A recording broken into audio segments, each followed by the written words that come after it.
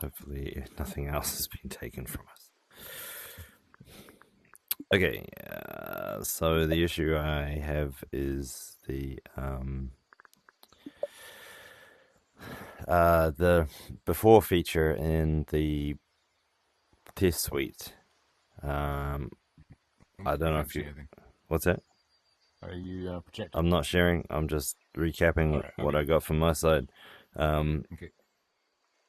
There was a bunch of features that I released. I don't know if any of them were needed any further explanation. Yeah, what do you got from your side? I'd like to go through. So I've been raising that. There's a couple of things. Still having problems getting a clean pull down from the repo. What? I don't know what I'm doing wrong. I think it's probably like a user error. But I'm still pulling down what the old repo is, even though I've committed. Okay. What else? Second thing is I've gone and put inside the repo a whole bunch of bugs and requests, and some are bots, some may be artifacts. So it'd be good to run through those. Yep. Okay. Can we do some cleanups because you got some files that are sort of all around the place. Be Yeah, good to get you in one spot. yeah, yeah. You can do that. Okay.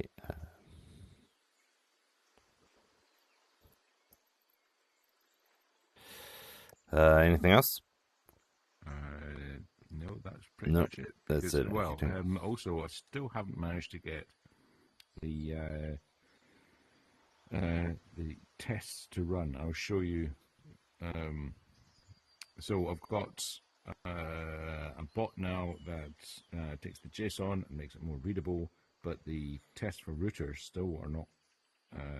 They're still failing, and I Okay. can't understand why. Okay. Because they're so simple. Okay. Um, let's do the GitHub error first. Yeah. So where was the last commit which was the last commit that you're expecting to have shown up? Well, I've just I committed yesterday. I've actually got a new commit now, but it's just a minor addition to the bugs list. But it would have there's a couple more agents in there, which I've added to agents info. Work on testing? Is it this commit? What is that? Yes, that looks like it. I think. This one? Um, 2 days ago. Dave prompt no, extractor. The prompt extractor. Yes, that was the last one. It's 2 days. That's It's not the 2 one. days ago. Oh, it's probably a Dateline thing. It was yesterday. Oh, you've moved timelines. Yeah. We're 1 for 1 now, so it's 9 p.m. here, it's 9 a.m. there, so we are the same. Is that what I've got on there? Yes, that's right. Yeah. If it's possible, it'd be great if you could get going earlier, because it gets late for me. That's all. Yes. Yeah. Yeah. Okie dokie. We are looking at the Dave prompt extractor. So what's the issue here? Actually, that's not the interesting one. So if you go into, say, info,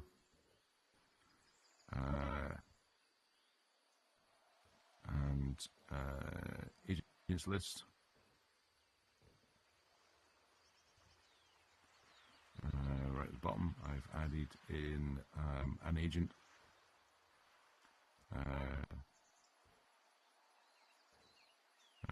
Test results summary. Yeah. Whenever I open, even in incognito, that's not turning up, and so I'm having to go in each time and create the test results summary. Test results summary agent is not showing up. Yeah, but it's in the repo. This one? There is, yeah. So you don't have this file when you view it? Yeah, so I'm having to recreate it each time, which is a bit of a bollock. Okay, can you show me your screen and then we'll walk through why you don't have that? Yep. Because I managed to fix the GitHub thing, and one of the ways that you can check okay, never mind. Yep. Oh, sorry. Were you still?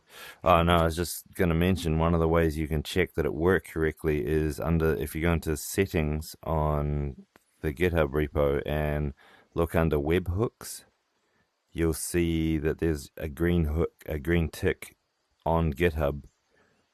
It's publicly viewable, that page, and it'll tell you when the. Yep. Show me what to click. This has been really frustrating, actually.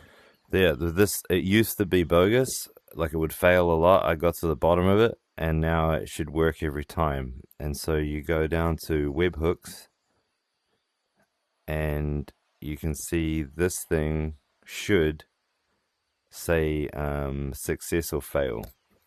So just because it failed doesn't mean it necessarily failed. It's just means it may have failed, because the webhook times out from GitHub after 10 seconds, and because I haven't tuned Artifact at all, 10 seconds is sometimes not long enough. But yeah, either way. So, well, here's a new thing. I've just added one addition to the bugs list. Okay. So let me commit that. Yep. And then see if it turns up. So. Okay, sounds good, buddy.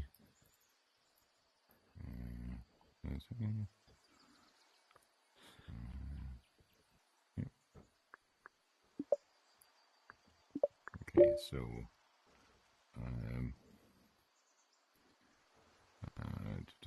what was it? Bot request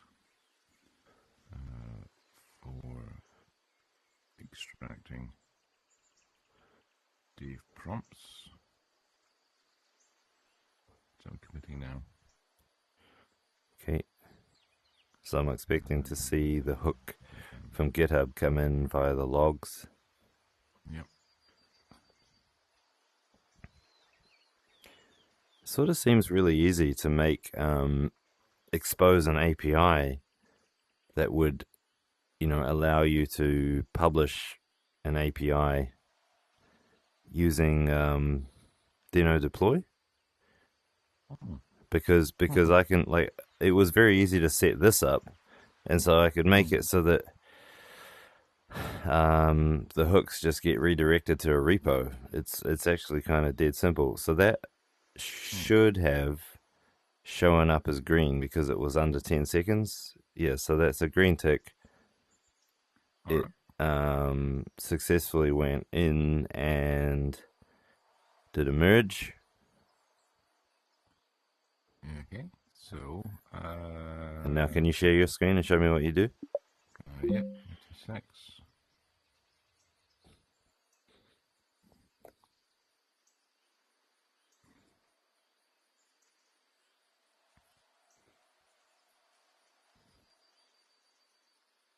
Okay. Oh shit! Got my handsets in the wrong hands. Okay, so what I should see here is what have you cleared your site data?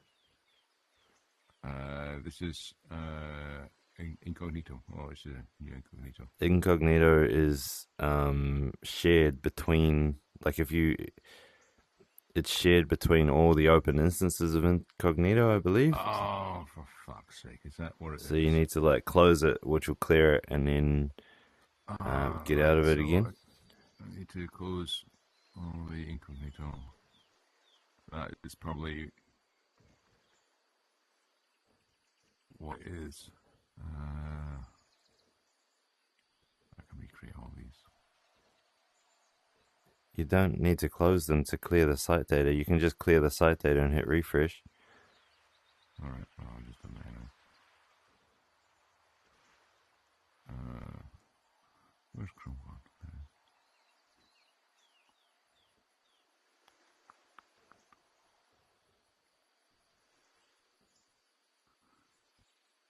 Oh man, if this is not going to be really annoying.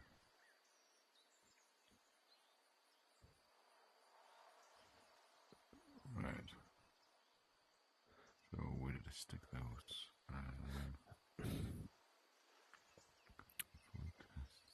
Where did I stick them?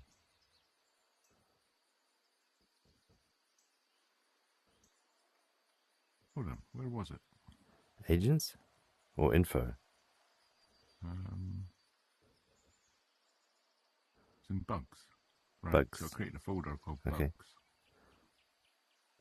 Bugs in there. You must have another incognito tab open somewhere. Why don't you just clear the data and then you won't have this issue? Okay.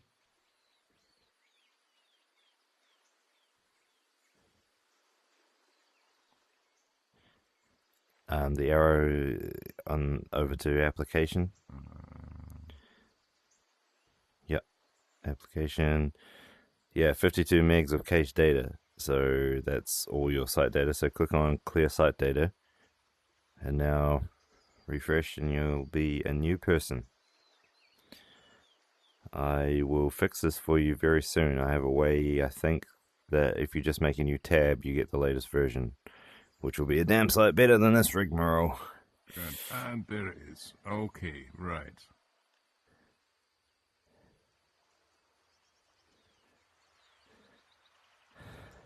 You just need to escape out of that because you refreshed it, thought that you had pasted a foreign URL.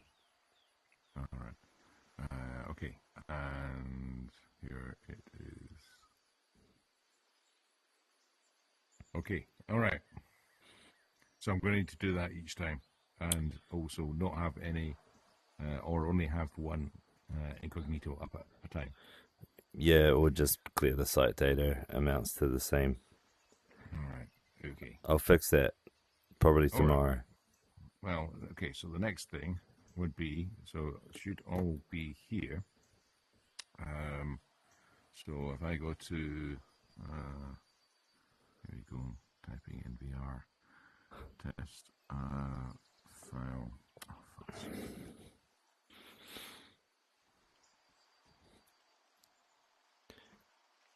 There should be some way of doing pass through with people with dodgy sight. Test file runner. Like bifocals for VR. Yeah, something like that. Okay, so right, I'm going for a router test. So router dot test dot md.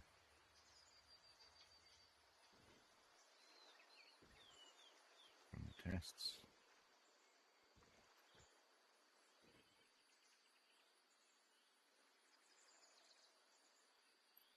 Right. Cannot find the command root. Ah! And that is why, because yeah, this was the thing I was talking about the other day about you know I'm talking about tests, so don't make me put tests in everything. Isn't that prompting though? Yes, it could well be. I've got it written down. We can go through each and decide which is prompting and which is artifact. I think that's prompting. I think that's prompting because it involves knowledge. Switch to switchboard. Okay, it's doing all that fine. Now, what's the other agent? So the other agent I'm created was test results summary. still doing stuff. Stuff.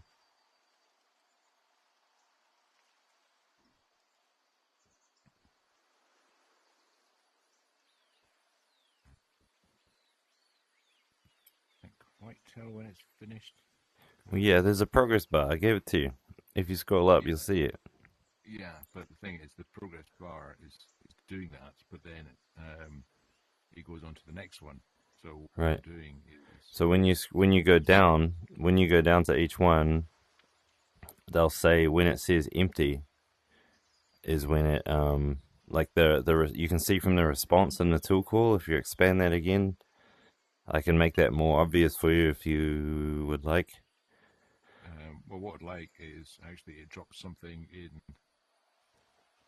Okay, so it's done now, right? Yep. So rather than this, which would be the last thing, if everything was collapsed, that Yeah. looks a lot like this. Yeah. Right, Yeah. going round and round and round. It's like, is that done? Is that Oh, done? that's not done. Be quite nice if it was like done. It was, remember the What do you mean done? Like where would the done go? it would be a line in here. So it's like agents test file runner, agents test file runner. Oh, Like like a little. So if I put like you know how router has that little arrow icon. If I put an icon next to it that said it was working, like a busy icon, and then it said done. Yeah. But isn't that just if I just fix that progress bar thing? Wouldn't that do the same? It would do, but what? Well, for example, right now I'm looking for the TPS report here. Yeah. Right. Now this is still going round. Is this TPS report? That's an error though. That thing going round should not be going round. That's an error. Ah, right. Okay. Right? That's not supposed to do that. Okay, so see if all this right. I said do this. It's like I've got two of these things going round. Can you send me the link to that URL because that shouldn't be doing that. There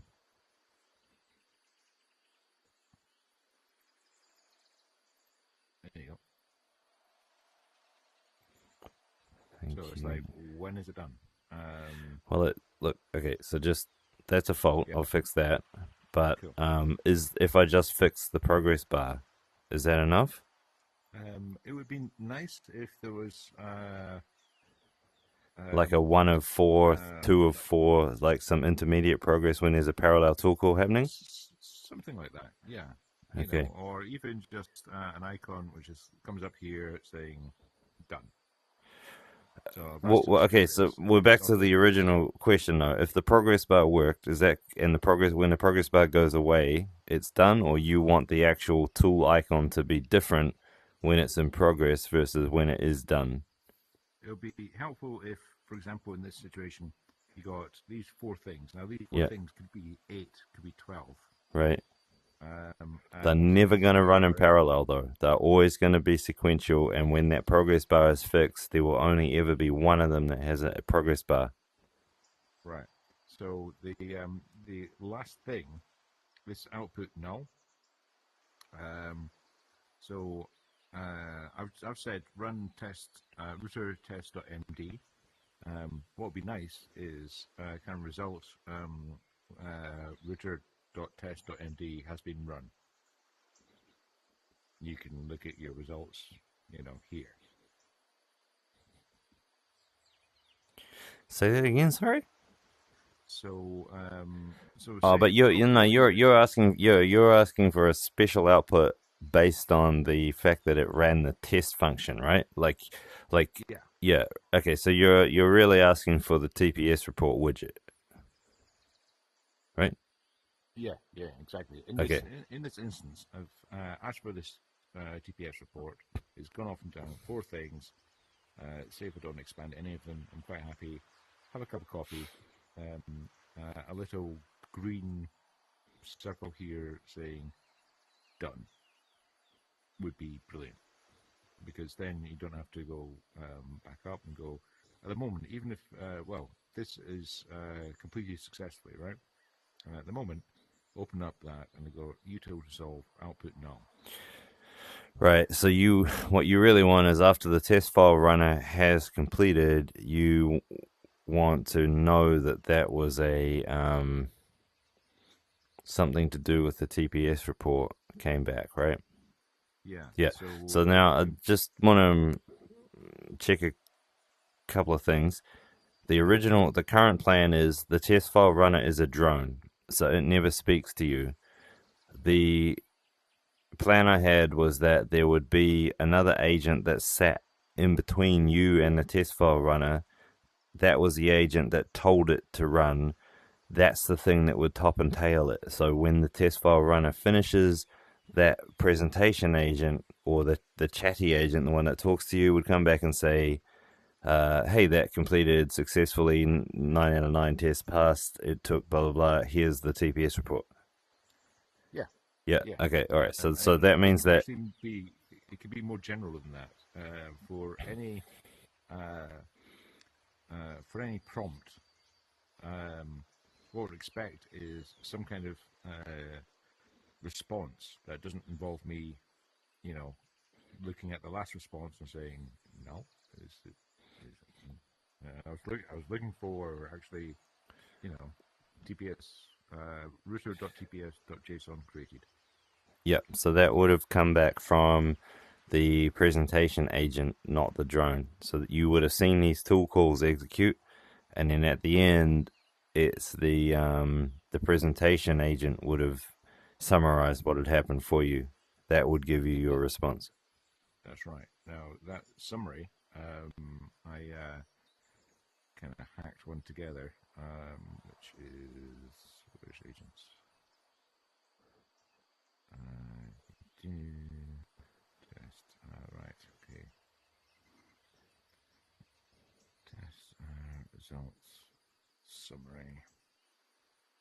Let's go there. This files thing is brilliant, by the way. I use it all the time. All the time, eh? It's like really good. The commits thing is what I use a lot, and about to get more use out of it. Because I added that breadcrumb thing up the top, which lets you can now see all the branches above your branch, and then I was going to put a drop down that lets you now drill down into child branches, so that'll mean that I can navigate into your branches from there. So all these test cases that are running and all the things that you do, I'll be able to see them and analyze them independently. Oh, that's cool. Theoretically. Okay, so what I've done here is let's get it. Now it's not great, but for example, look at the TPS report. It's like timestamp. I'm not going to work out milliseconds from year 0. So it's like, okay. This definitely feels like Collision, dude. Like I'm trying to make a widget that details all of that graphically for you. You're trying to make a widget out of natural language. Yeah. Well, we can. Which would you like to do? Well, this already, and this took 10 minutes to write. So I think what needs to happen is I need to make you that presentation agent, and then you can turn this prompt into that presentation agent, because that presentation agent needs to know about all these things that you've put in here anyway. So that's probably, I think you've already written the presentation agent. I just need to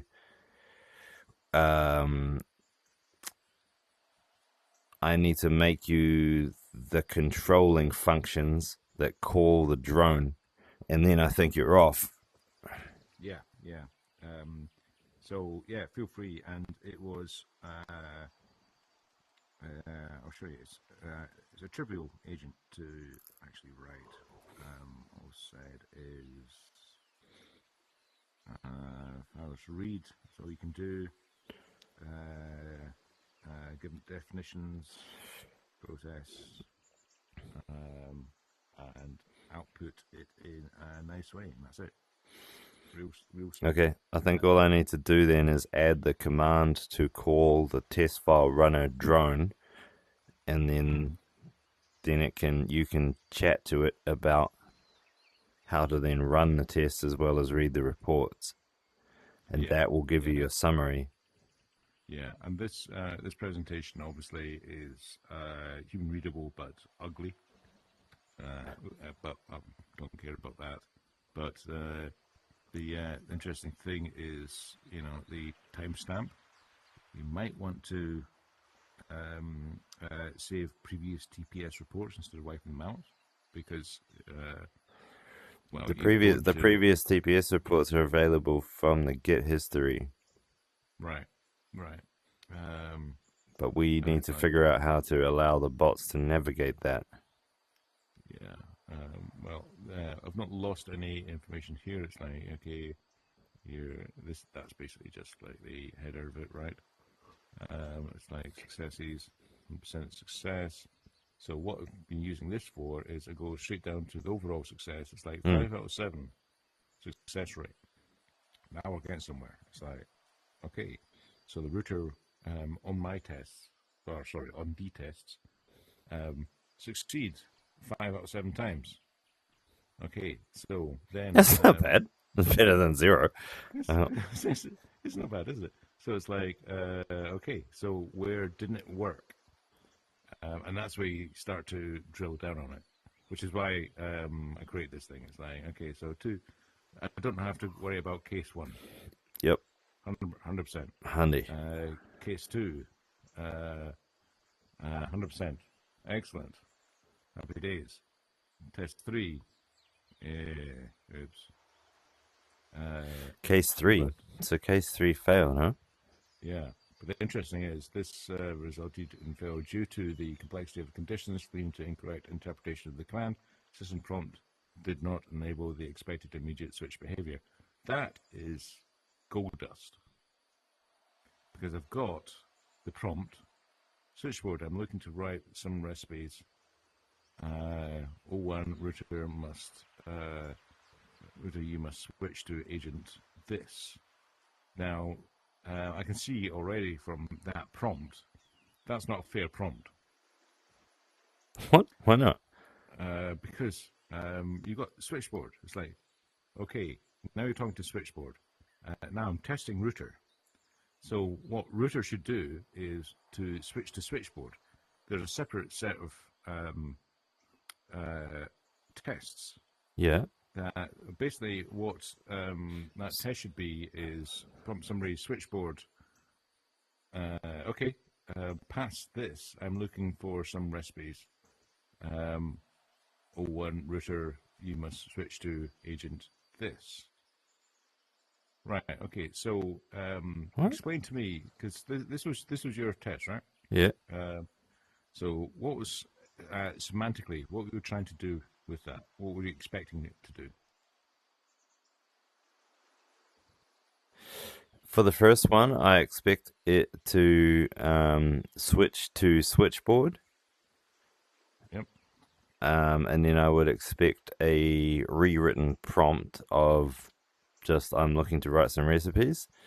And the second one, I would expect it to switch to O1 and then into the text, router, you must switch to agents GPT-4. Okay. Right. So what you've got here is a compound. Remember we were talking about compound. I don't know, last week I think it was. So what you're saying is switchboard, right? That's what router is being tested for. Yep. Do you go to switchboard? Yep. And then what you want is router to send in to this. Yep. I'm looking to write some recipes. Now, O1 router, you must switch to agents. O1 router? I think that's where the complexity is coming in. I'm not, What's wrong? What's wrong with that? 4021. All I'm trying to test here is that the router ignores whatever instructions come in after the / part, and successfully, it doesn't try to think about it. That's all I was testing. All right. Well, Why would you put those? Why would you put? Oh. So what are you doing? Sorry. I'm just trying. I'm trying the raw prompt Okay. because it's failed, right? It might have failed because the test is wrong, or it might have failed because it's doing the wrong thing. So I've not tried this actually. Let's see what happens. What? Why did you put those two prompts in together? Because that's exactly the prompt. No, that's a prompt summary. It's concatenated. It's concatenated the two prompts that were in the test file. In the test file, each prompt gets run independently. Ah, right. Okay. The Well, prompts indicate iterations. Where's the test?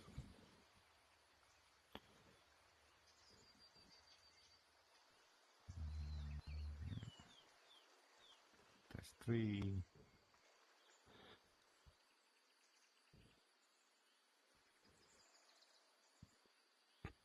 Yeah, so in there, Okay. All right. those prompts simply represent iterations, and if you set your iterations to 1, you will only get the first one will be run. If you set it to 2, you'll get both of them. If you set it to 3, at the moment it'll just run the first one again. It's supposed to auto-generate a similar themed prompt for synthetic Right. number 3. The interesting thing, look at that. Even with the concatenated one, I'm looking to write some recipes. 01, router, you must switch to agent 40. We're now on 40, and hey, you want to write some recipes, so it's actually worked. So Well, no, not really. I would call that a fail because it shouldn't have. Router should never switch to router, which is what it just did. Yeah. And then, second of all, it looks like it then called itself again somehow, and then like it switched twice. There should have been in that prompt you entered. There should have been one switch from router that was to switchboard, and then switchboard should have been given. I'm looking to write some recipes /01 router. You must switch to agents. Blah blah blah.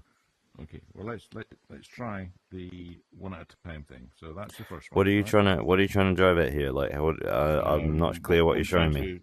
What I'm trying to do is this router test should all pass. Now, one is failing. Right, but you don't know why, you're saying? Yeah, but it might not be the test that's failing. It might be router that's failing.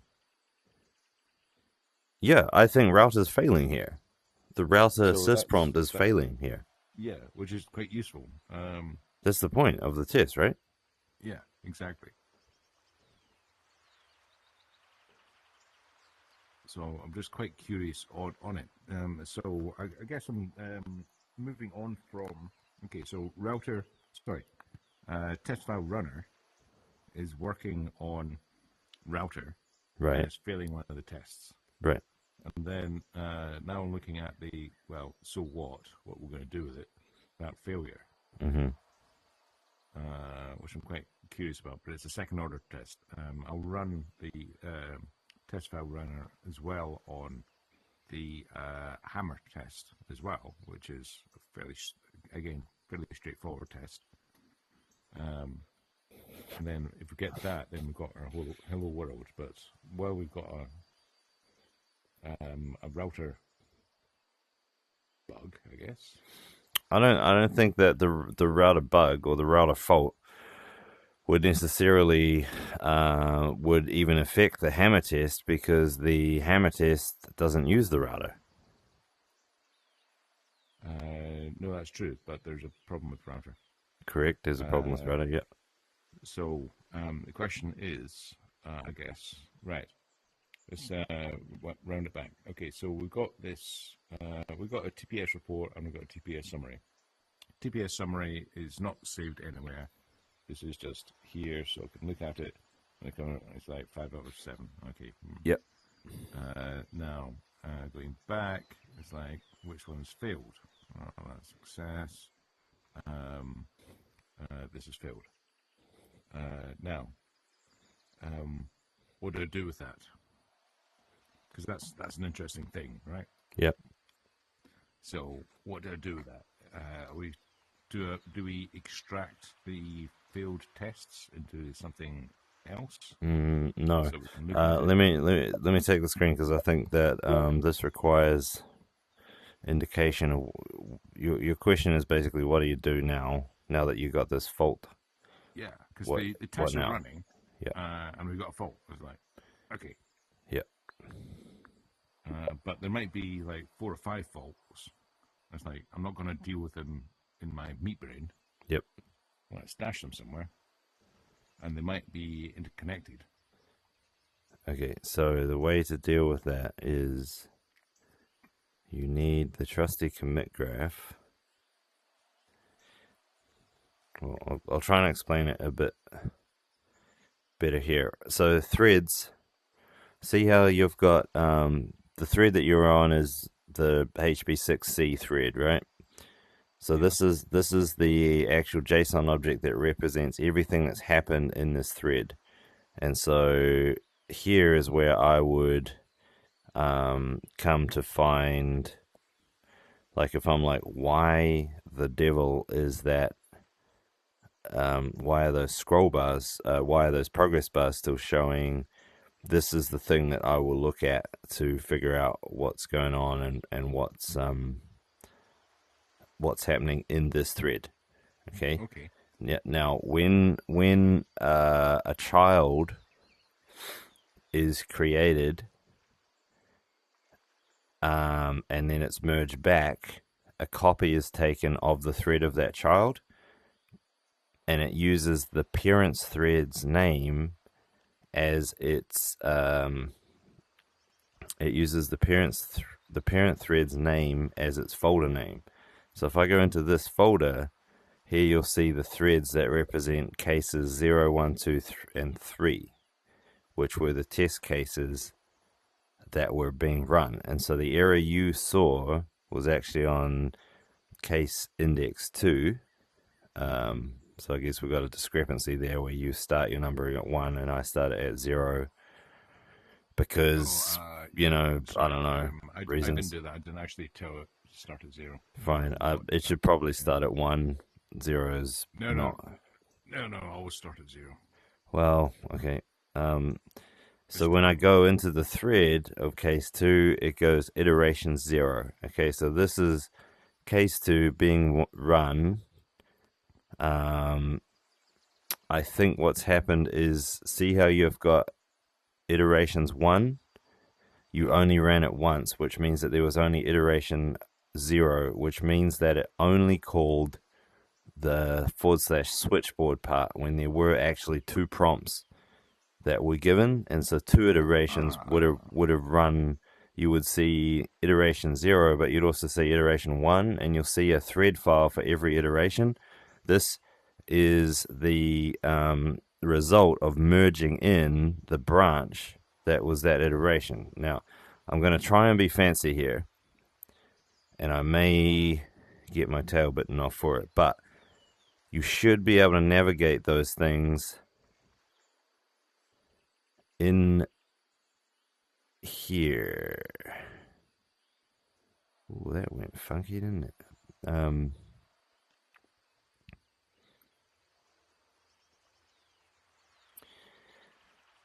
I'm gonna leave that because it's not clear.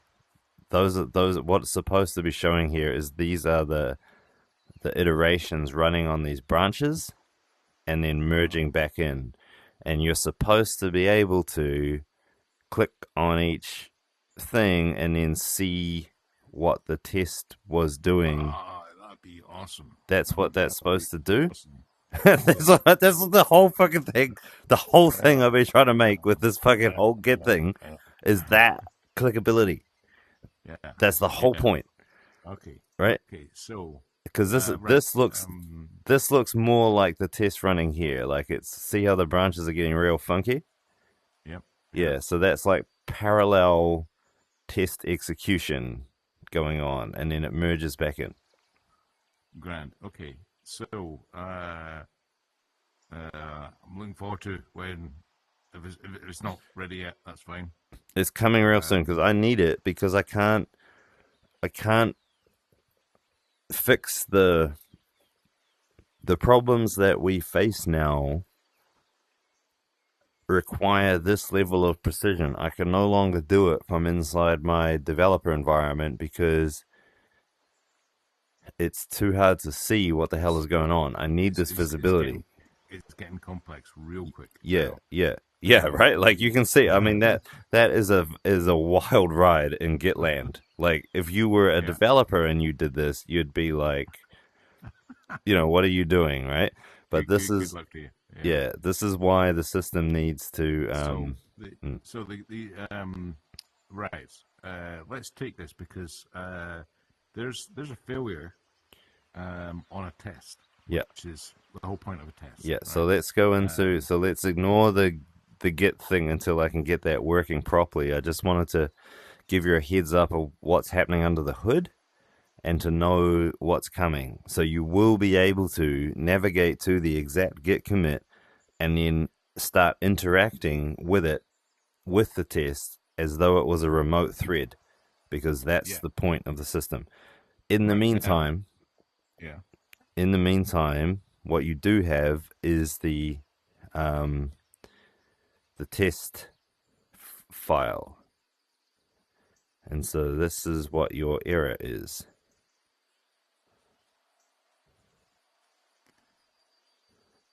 Okay. Right now, the question is, say if I ran a test report and 3 out of 5 tests failed. I'm not going to deal with 3 fails all at once. I need somewhere to stash them. But what the information that I need to stash has to do with that failure. So, as you know, say if we run five tests, 3 fail, 2 pass. Happy days. Going to work on 1. Now, so fix that, and then that automatically fixes 5 again. That's just a rerun of the test. But now it breaks 1. Yep. Welcome to computers. Exactly. So we need some way of stashing the number one, the failures, the context in which the failures um, were found. Oh, sorry, I found what was wrong there. Uh-huh. So this is the thread that was running when the failure occurred. Mm. Okay, I don't know what you need more than this. Well, in this is quite a simple case, isn't it? Because you're saying the problem is iteration set to 1. It should be set to 2. Is that right? It should be set to 2 to run both of those tests. So this was really only failing on one thing. So you can see what happened here was, I don't know why, but agent started off as being set to 01. Sorry, agent finished being set to 01. What happened was the message came in and it said /switchboard, I'm looking to write some recipes. So that's the first line of all the prompt iterations that were supplied Right. in the So test. it should go 01. You're good at recipes. You have a goal. No, it should go router should switch to switchboard, and then switchboard should pick based on that text. Yeah. Sorry. I was shortcutting it. Okay, so then the assistant comes back correctly where router is running, which is what is supposed to happen because it's supposed to be intercepted by the /. Yep. It tried to do a routing switch where it chose to swallow the prompt, which is wrong, and it chose the path to be 01, when we would expect it to have chosen to go to switchboard. But Right. it's jumped ahead and it's ignored the /switchboard part and said The user wants to write recipes, which implies a need for structured guidance or creativity related to cooking and meal preparation. The agent that best fits the user's request for writing recipes does not have a specific designation, but switching to a suitable generative agent can assist with this task. And so it chose O1 wrongly. Well, that's Oh, interesting. is it wrong? Is O1 wrong? Sorry, yes, it is wrong. It should have chosen switchboard. Well, how did it get to O1? O1. So router is just going to ignore. I think that switchboard should have chosen O1 as its agent based on I'm looking to write some recipes, but that's you might want your main man Hal too in the mix there, but either the error is that router should have just done the switching to switchboard and not done switchboard's job, which is choosing from all the agents and then doing something. So router would look. Do we have a recipe bot? We don't have a recipe bot. Correct. Well, no. So Router was told /switchboard. Router should go beep boop beep. Yes, I am the router. I will switch to switchboard, and then pass it off to switchboard. That's the error. Yes. And so the next thing you should see is router switches to switchboard. Yep. Switchboard goes, I'm looking for some recipes. Correct. Goes, O1, which is correct. Yep. I reckon that's a good choice. So why is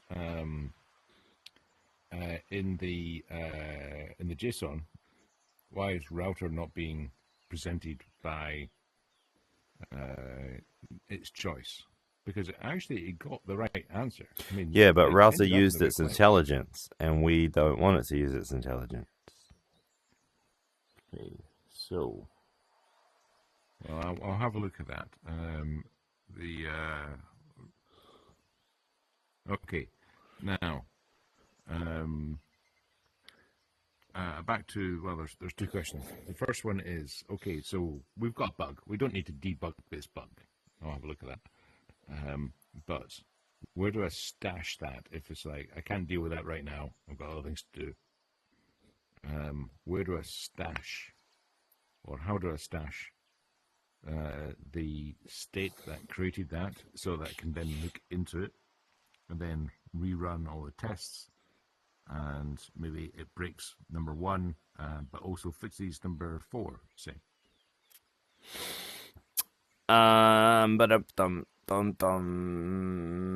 So you want to have the previous TPS reports available so that you can retrieve historical information about the progress of your work.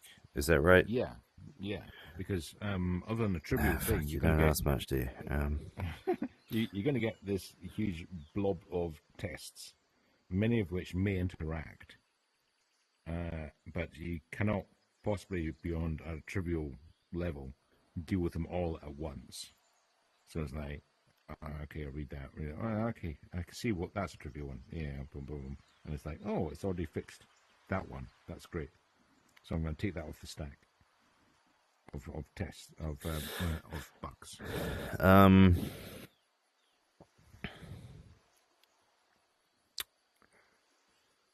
It's almost like, because you're currently working in the HP6C thread, and it's like you need to save it.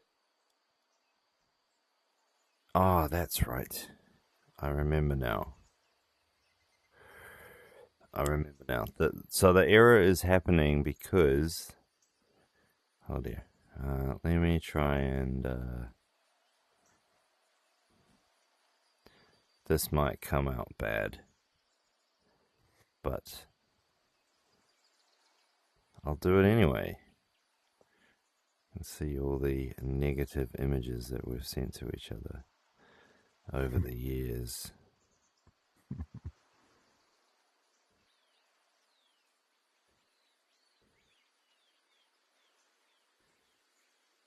This one. This is the issue. what's supposed to be happening is that your man, that's a really annoying image tool. Like I click on it, and then whenever I move my mouse, the image moves too. Ah, that's not helpful. How frustrating! It's like trying to catch a fly. So the currently you're in thread here, Yeah.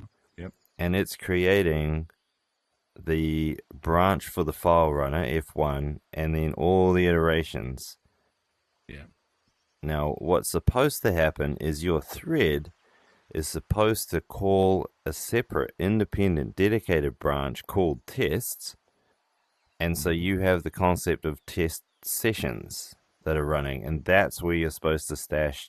That automatically stashes for you because your thread here is ephemeral and it will disappear because that's just you having a chat.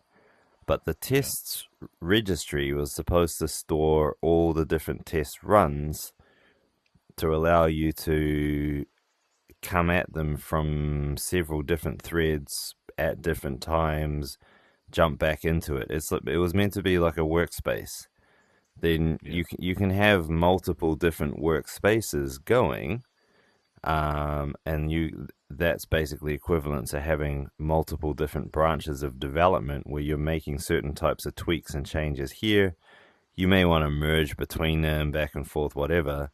But ultimately, when you get to the stage that you like what they're doing, then you'd merge back up to your home directory, I think. Yeah. Yeah. Yeah. So is it just as simple as doing a comparison retest run? So if I fix something in C1, Yep. rerunning the tests and then taking it off the stack from C2 and C3 things that have been fixed because you fixed the one in C1. Because the thing is, everything is interconnected on these tests, right? Right, but you would need to go upstream. Like once you got something fixed or better, you'd need to go upstream and then pull it back down into C2, because the point of these environments is that they are isolated, so we can't be auto updating.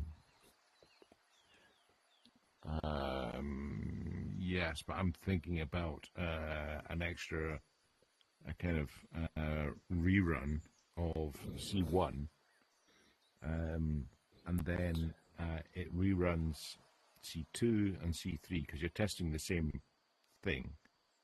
What? You rerun C2 and C3, and if the fix in C1 fixes something in C2, what I don't want to do is have to go up and then merge back down and then rerun the tests and go, oh, it's gone again. What? That makes no sense. Why would you Because want to pollute C2 with C1? no, you wouldn't pollute C2 with C1. What you say is, right, say if in C1 you've got 5 failed tests. C2 you've got 5, C3 you've got 5, but they're different tests. You fix one in C1. What one is some kind of assessor that say, right, if you're going to merge this, you've already fixed the second fault in C2 and the fourth fault in C4 because it's all connected. But that would be merging C1 into C2, right? Not necessarily. It could just be assessing because you're just rerunning the tests, right? So what you're doing is hang on. Yeah, hang on. Yep. So how did the information about how to make the test pass get into C2? Was it not done by a git merge of any kind? So say if you fix something in C1 and you go, hey, fix that bug. You've got C2 and C3. Rerun the tests on C2 with the fix and then do a so that's a git. C2 and C2 dash. That's Okay. it. First of all, you need to do a git merge into C2 of just the changes that made that test pass, right? Because otherwise, there's no way to get that information into C2. Yes, but your fix on C1 might have broken something more in C2. Yeah, but You might have fixed it, that's but just you might have made life. it worse. That's just life. Uh, You're trying to do it a different way. yeah, what I'm trying to do is a fix in C1 that fixes a bug in C1. Let's take a sandpit and let's rerun C2 and see if it makes it better or worse.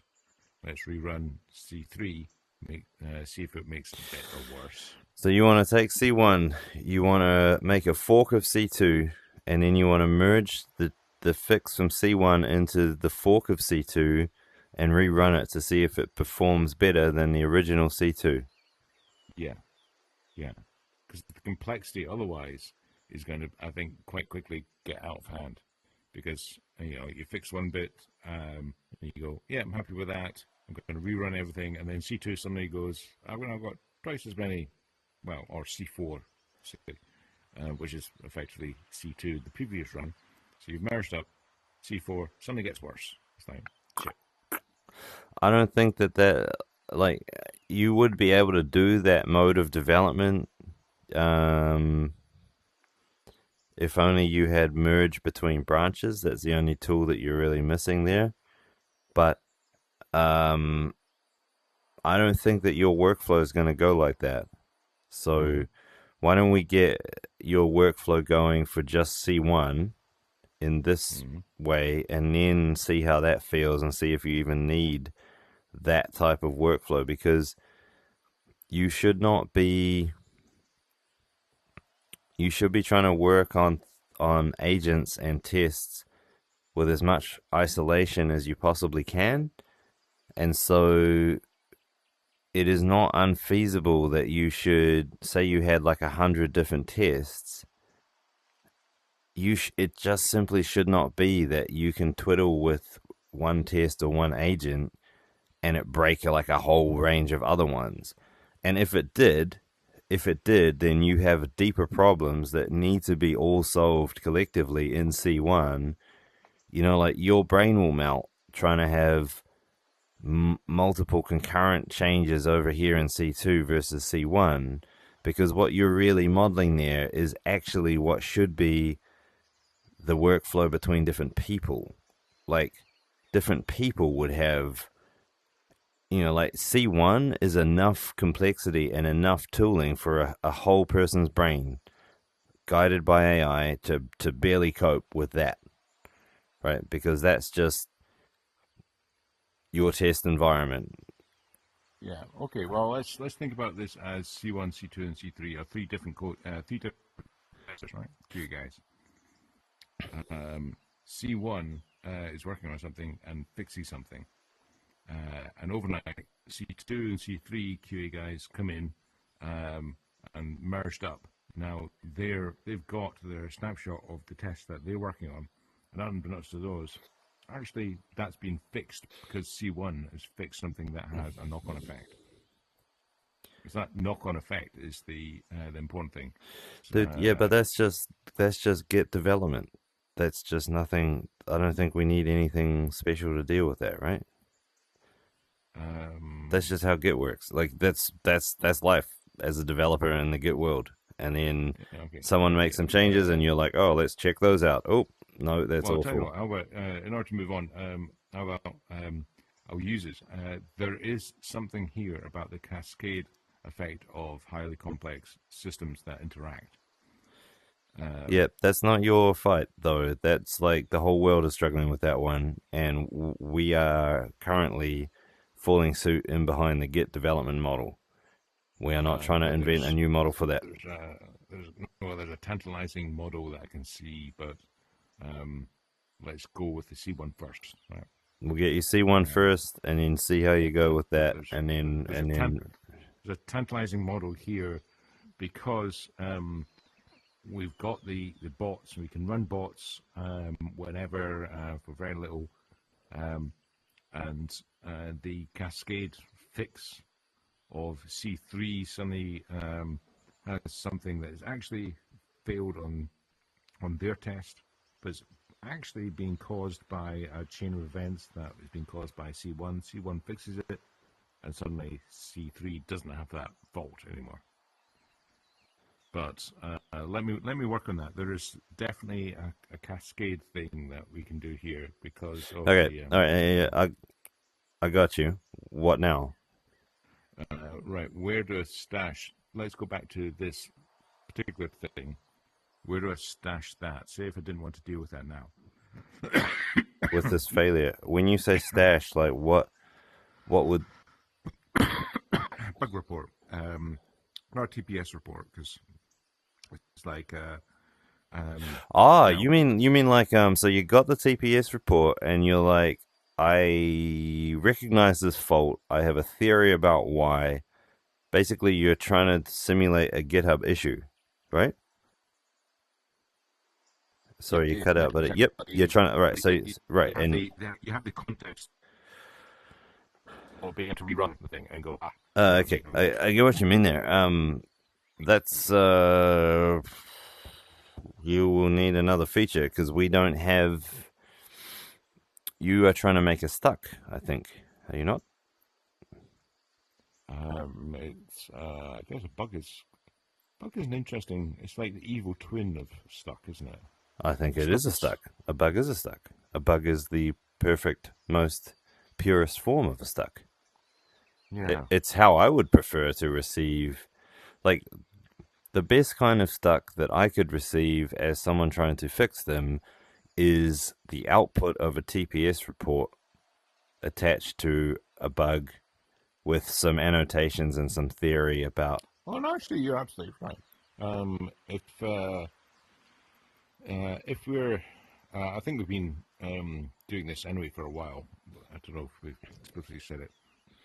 A stuck is a test that's failing. Yeah, it's a and to sort of drill into that even more, a stuck is an expectation not being met. Right, and that expectation can be high level. I don't know, like this is not. This doesn't feel like a good user experience. Yeah, or it can be a very specific expectation in a test. Right, exactly. But because we've got the target agent, that target agent may not even exist and is going to fail. Correct. So, it's like, oh, okay, well, first thing is let's do a hello world target agent. Still going to fail. Okay, let's start working through that, and eventually it passes. Okay, so what you're saying is that we need to come up with a file system structure for where to store stucks, and you want the ability to take a TPS report and generate stucks from the failures and then work on clearing those out one by one or publishing them, getting help, that sort of thing, right? Yeah, now the interesting thing is it needs its context. It needs to be attached to this thread, right? Where it's like, yep. I ran this. So to narrow that down further, the TPS report generator should go into the threads, go into the test file run, pull up case 2, and say it would attach this file and say, this was the test, this was the expectation, when the thing ran, this is what happened. Ta-da. Right, yeah. And then the test file runner should be able to, hopefully, I've changed the fort into my sandpit. I made a change. Does that fix this? That's great. Okay, now let's fork the whole thing, and then let's compare it against all the other tests. If I've broken anything by fixing this thing. Right, so reintegration of the fix back into Yeah, so that would be, I would imagine that would be, because if you had more iterations, you'd have iterations 0 through 99. Your Yep. failures may only cover a collection of them. And so the first thing to test on your integration of your fix is, do all of the iterations pass, or are they improved for case 2, yes or no? If they are, then you step up one level and you check that all the other cases are at least the same as they were before your fix, right? Yes. And then if So that's all good, then you step up and you'd be talking about, how do I run all of the tests or more of the tests? exactly. Now, if we were to take that into the Pony for Christmas, you'd run a test, and then it would create a folder with all the failures. I was like, shit, I've got 9 failures. Okay, like, I'm gonna look at this first one. I think I know why that is. Okay, I'm gonna fix that. Rerun the test, and then that folder crunches down. So you go from 100 failures to 90. So like, okay, that's good. Okay, I'm going to look at this one. Do a change. Shit, now I've got 98 failures. Okay, undo that. Don't want to do that. Roll back to 90 failures. Try something else, and it goes down to 80 failures. So it's like a stack of failures. Because if it passes, it passes. I don't care. Really don't care. All I'm interested in is the failures and the overall success rate.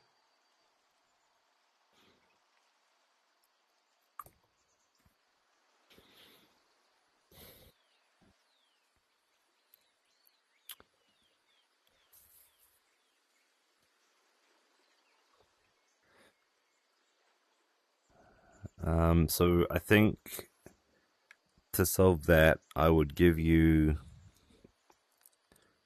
need to pick a format for a stuck that is similar to the TPS report. Or can a stuck just be plain text like the test file format? Well, what I can do, I mean, I could prompt this, right? In the same way as I've got the human readable version of the TPS report, it would be easy enough to say if successes are for a case, if it's succeeded, I don't care. If it's not succeeded, create file with that, with thread that you run it on. And then you get the stack. Now, the question is, then possibly could prompt this as well. You rerun it, and then you check with your new set of failures against your old set of failures, and then you need to match them. It's like case 3 used to fail, now it doesn't. I'm going to delete case 3 from your stack of failures. And now you're reducing.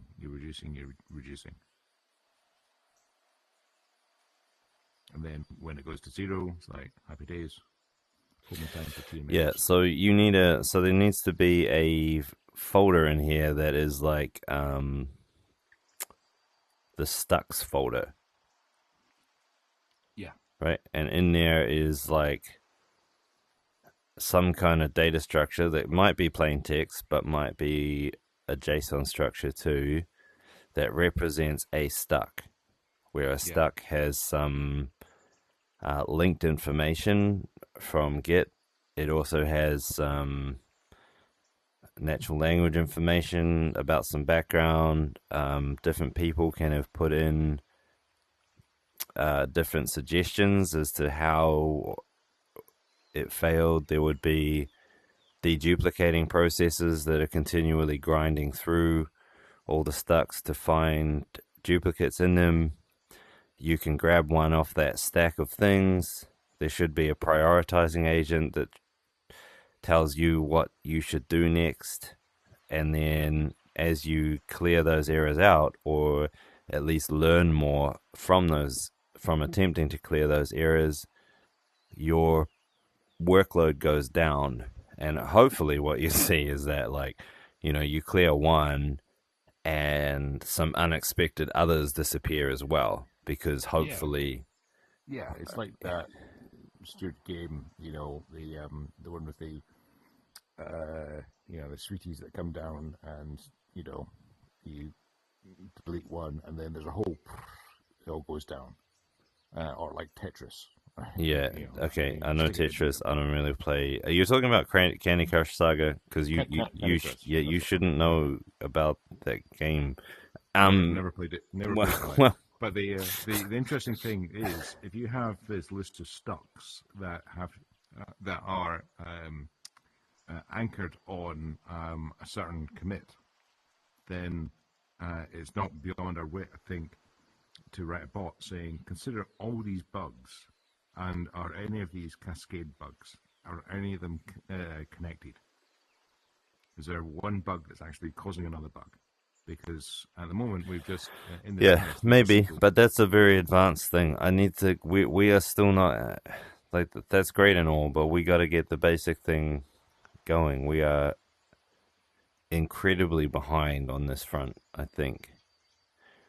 So why don't we get the you're really asking for a file structure for stacks, I think. well I can create that.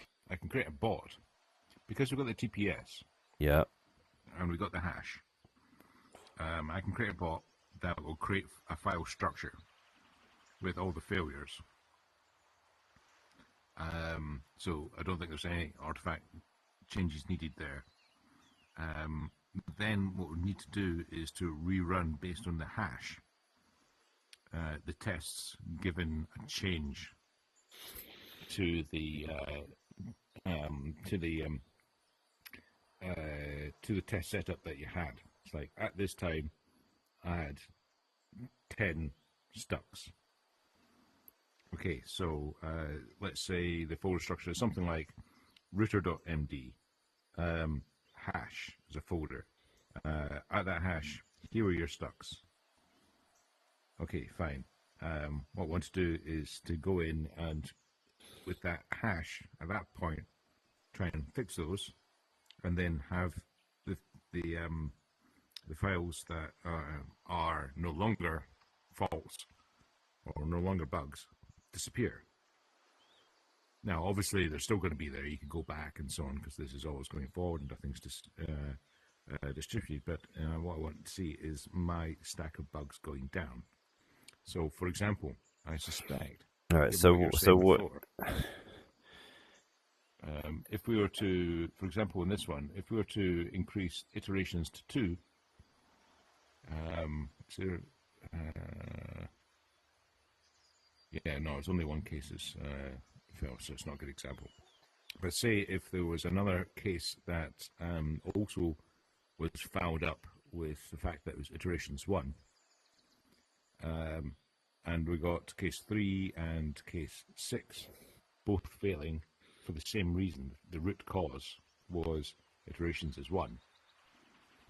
We're looking at case 3 and we go, oh, it's because iterations set to 1, set to iterations test 2. What would want is the other case that had the same fault just to disappear from the stack, from the folder structure. It's like, just Okay. So to make that happen, then we would generate the stuck, attach the failure to it, and then keep watch so that when the upstream files change, like for example, a test was made and emerged up to the parent branch, anytime there's an improvement or an iteration on the parent, we would automatically pull down those changes and rerun the stuck to see if the stuck was still actually stuck. And sometimes it would not be, right? Yeah, exactly. Okay, and so like you could find that you clear a particular stuck and then unexpectedly several other stucks clear out as well, and you'd get like this Tetris style prize where you're like, oh, I hit 5 stucks when I thought I was only hitting 1. Exactly. Right. And the the analogy back to when I was doing games, you could get something like, you got to divide by zero. You bounce Right. up and down, and it's like, that's a fault. And the QA guy would go, in another situation, broke it again. You could do it 3, 4 times, but it's still one root cause. Yeah, and the root cause isn't immediately obvious, but what you are asking for your far away thing is that, like, you want to be able to work on bots that can analyze the stack of stacks and attempt to discover shared causes between them in a way Right. to sort of help a human get in there better, right? Yeah. Yeah, Yeah. okay. So that's all cool, but I think that the data structure that you need underneath that is what I want to focus on delivering, is that we can have that data structure, and then you would be free to make those agents with the tools that you already have, because I think they're not, like, I suspect there's a couple of artifact features you need in there, such as triggering. Like, you need the rerunning process to trigger, Yeah. Yeah. right? Yeah. So you need Yeah. you need this trigger function, and then you need yeah, I wasn't trying to, I didn't mean to shut down your idea there. What I want to focus on is the artifact features that I need to give you so that you can just go and play with that and do that without anything else from me. That's Well, what I'm trying to get here's to. here's if I to try and make it more precise.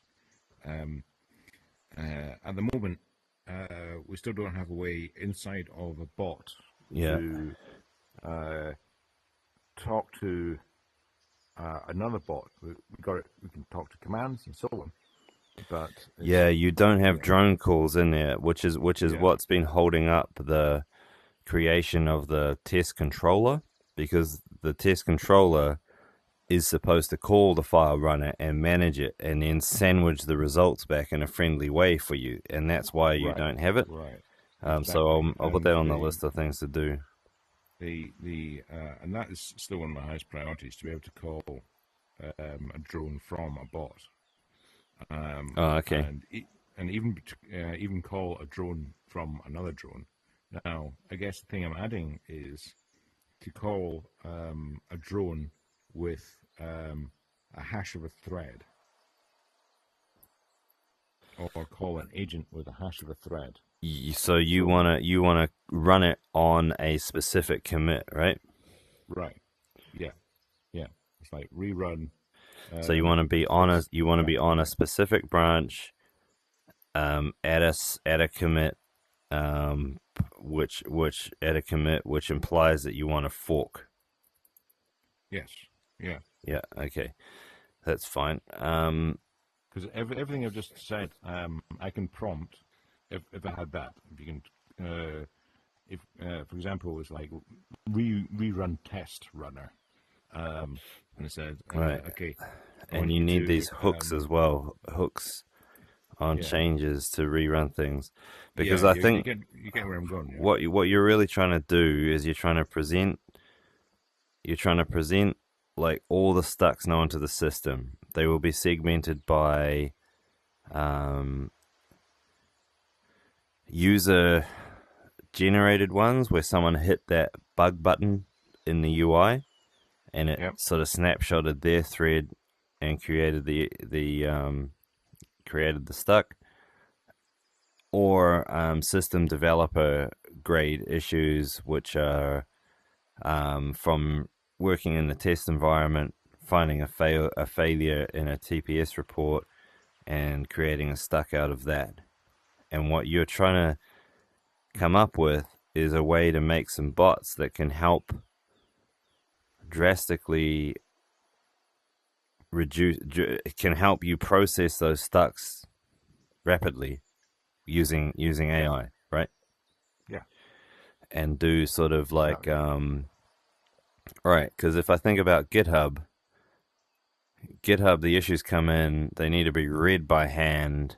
Like, there's no automated issue crushing machine that comes in and says, this issue, that issue, it's the same, or it was solved by, because the reproduction of the issue is not possible. It's simply provided to you that you as a human have to interpret. It's done by hand. And you're saying that the critical aspect of a stuck within Artifact is the fact that it comes with the reproduction due to the fact that it's a Git commit. And if it comes with that commit, it's a reproducible thing. If it's a reproducible thing, then as the system ratchets forwards, it can be rerun and re-errored up on the latest version as well. So it's like started down on version 0.5, then we got to 0.9, but because the stuck was rerun on 0.9 and still failed, now the stuck it's still relevant. It hasn't been been squashed by the wheels of progress. It's still a legitimate thing, right? Exactly. And bear with me with this. It's not even an analogy. This is experience. So how we used to do games development, we'd burn ROMs with the latest that night. But separate to the ROMs, would have a keylogger. So the guy would be on his controller, failed. Okay, but would have the keylogger. Now, as the coder, I'll be going. I'm not dealing with that at the moment, so I would be working forward, and then maybe do 2, 3, 4 other ROMs, and then be able to stick the ROM into the cartridge, rerun the same key presses, right? And it's like, hey, this latest one, it's fixed. Like, hey, right. Don't know why, but it doesn't. But who cares? Like if you can't make it happen, okay. So what I'm really grasping for there is support for the notion that because of the blockchain nature of Artifact, it sounds like it's become actual critical to the efficient processing of stucks to be able to attach the full system state to the stuck. Because if you didn't have that, like if we built the system using a traditional database, attaching the purely rerunnable information would be impossible or hard to do, right? Okay, and then it also means that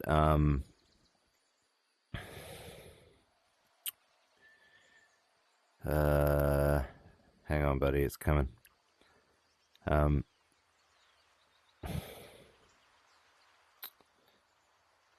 The git commit of the state change is therefore critical to the definition of what a stuck is. And the blockchain nature of Artifact is possibly one of the only ones that even enables that type of operation to occur. If you didn't have that ability, then the bots would be unable to repro the problem, and the humans. And then you get a reduction in the amount of automation that you can get because you've decoupled your fault reporting from the system itself. It's not intrinsic in any way. Yeah, precisely. Right? It's the ROM plus the key press file. And it's all there together, and that's still eludes me to describe that cleanly, but it does feel like without a blockchain, you couldn't pull that off, I think. No, well, you could if you saved the entire system plus the thread that created the fault as a unit. Right. Which would be a horrible way of doing it. A bit like multiple ROMs. Right. And it's like, okay, we've got like 6 ROMs and there's been a whole bunch of bug fixes. You've been doing other things. Right. Other stubs and so on. Maybe it's Phil because there's a stub and you've written the stub. And it's like, okay, let's go back to the first ROM, run exactly the same thing. Hey, solved. Second thing, solved half of them. Great. Good. Go through, you've introduced something. The final one, maybe it's improved again. but being able to go and save the environment in which the bug was created Yeah, is vital the in environment in order which the to expectation was not met. right, and then switch in a new environment, and then rerun the same thing and Right. see if that bug still exists. Is that expectation still not met? And is the Yes. expectation still even valid? Yeah. Well, it certainly does feel like Artifact is essential there, but I wish I had a more conclusive um, summary of that. But anyway, I'll just live without that. Well, the analogy, take the rum analogy, the artifact plus the bots at a set period of time is one thing. It's a unit that's important. What you did in order to create the bug is another thing, and the bug is a third thing. So if you save all those in a state, you can switch in a new artifact, you can switch in a new agent, and then rerun exactly what you did, and then test against the bugs that were previous and the bugs that are now, and maybe some just go away. Yep. Yeah, I was more hoping for a more philosophical reason, or I was hoping for some proof Oh, that having a blockchain system in there, you couldn't do that kind of thing without a blockchain. But maybe that well, you could do it without blockchain. It would just be a complete arse because you'd have to have a snapshot of the entire system it's the state. snapshotting. Like it's almost like Yeah, the feature of the blockchain that's most important is the very lightweight snapshotting of the complete yeah, system state. That's actually yeah. the utility that the blockchain brings, because a system that Right. was not designed to be lightweight snapshotted would just, it'd fall apart trying to do Yeah, this kind of and when you move away from ROMs, it becomes ludicrously complex. Because what you're going to yeah. do, you could roll back and rerun it. Okay, so we'll make a structure for stux, and we'll start the definition of what a stuck is as being, at the very least, some kind of an expectation, which may or may not be captured in a test file verbatim, and um, a system state which may or may not have been reduced down to a minimal reproduction case. yes. Right, and that will cover the two known input sources of stux right now. Users on the web page hitting bug or feature, and TPS reports being automatically generated and pushed into the stack of stux. Right, Yeah. and then Yeah. and then I'll give you a hook function that will allow you to have a crushing process that runs on the stux every time there's a new upgraded version of Artifact or HAL, and then that will go through and refresh all the stux to make sure they're still relevant. As well, you will be able to run crawlers that go through all of those stux and do things like attempt a minimal reproduction to reduce the size or broaden the generacy of the fault, so that it can be worked on with more purity, as opposed to the ancillary information that occurred unrelated to the fault itself, such as the user's personal environment or whatever. And at the same time, it can crush out identifying information to anonymize the reproduction down. Yes. I would summarize that in a situation I'm sure you've wept blood over years, is trying to fix something is a bit like chasing your own tail. You know, you go, it's like, fix one thing, no thing's broken. Fuck. You want to fix that, another Yeah, thing's broken. yeah, Fix that, and the original thing's broken. Shit. Yeah. Because once we've got all that, and this is what I'm saying, and this is not for now, you should be able to take that whole thing and with a suitably intelligent model, say, look, I've got this problem here. Every time I try and fix it, this is what happens. Try and fix that. This is what happens. And then I come round. What the fuck's going on? And it's like, well, you've not set iterations to, 4. Of course, they're all going to fail. Okay, so at the moment I'm seeing 3 classes of stucks. The third one being the actual roadmap for us, talking about like things in the future. So they didn't come in from the UI being used. They're not a fault. They're a future feature. Yeah, but I do like, before you go into the other things, I do like the idea of the request for a future feature being expressed as a test that fails. Yeah, absolutely. Or an expectation that's not met, right? Yeah, That's a stuck. yeah, That's what those things should be, and then we'll have to figure out some way to encapsulate the attempts on meeting a given stuck so that people can share approaches, or I guess to work on a stuck you'd simply make a branch at that commit and then twiddle away and see if it ran or didn't run, and you might abandon it or not abandon it and whatever. Okay, so I think I see how all that works, and it does yeah, suddenly strike me that for all our fancy automation on GitHub and whatever, it's all actually incredibly manual. That whole site, it's just manually written notes. yeah. Yeah, It's horrible, isn't it? I know. Surely they must be looking to change that somehow. But anyway, future smoocher. Okay, right. I think we'll probably hammer that one to death. I think that's We're gone. talking. Yep. You complained that the We're talking tests about the were same not thing. running. Um, uh, Tests well, not running. actually, They are running, right? yeah, they are running. That's fine. Okay, so that's Now, cleared this shall one. we? Um, Oops, sorry, this yes, one. Test not yes, running. Yeah. Okay. yeah. I need to get my item into our discussion list before I run out of time. Mm-hmm. The concept of before. Um, Mm-hmm. why is it that you can't? Why do you need before? Why can't you just have built up the data in the test itself? Can you show me an example where you need to have before? Just so we're talking about the same thing, define what you mean by before, and I'll compare it with what I mean.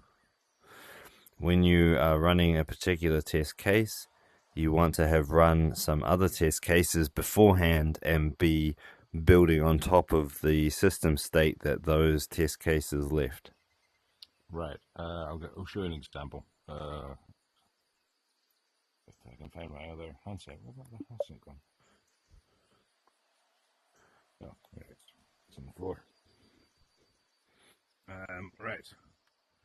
I'll show you an example. Give me 2 secs. Did tests.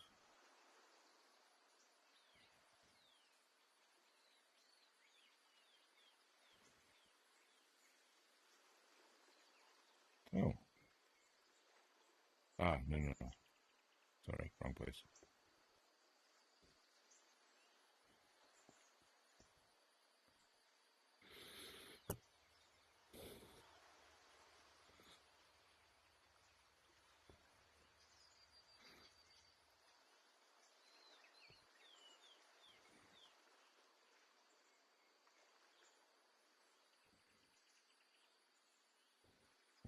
Give me some.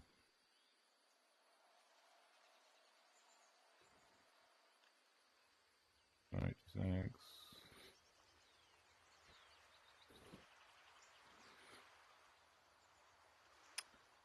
Damn it. It's not there. It's not there. Let's see if I find it in the text file.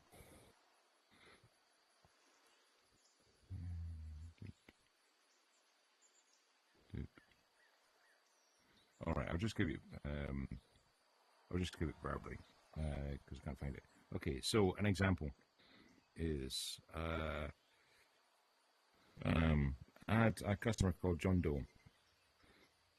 Okay, so now customers one. Now that's successfully done. Add a customer called Jane Smith.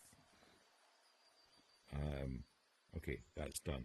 Now, Jane Smith and John Doe are essentially the same test. Now, I would want to run a test saying count the number of customers. The number should be 2. The expectation is 2. Now, you've got a state there that requires the 2 previous tests to have been run. So if they were in completely isolated, and I just went to the last test, Yep. Count the number of customers, I'm going to get 0. Okay, so that sounds fine. I did the work today to put that into the TPS report, but the issue I hit was that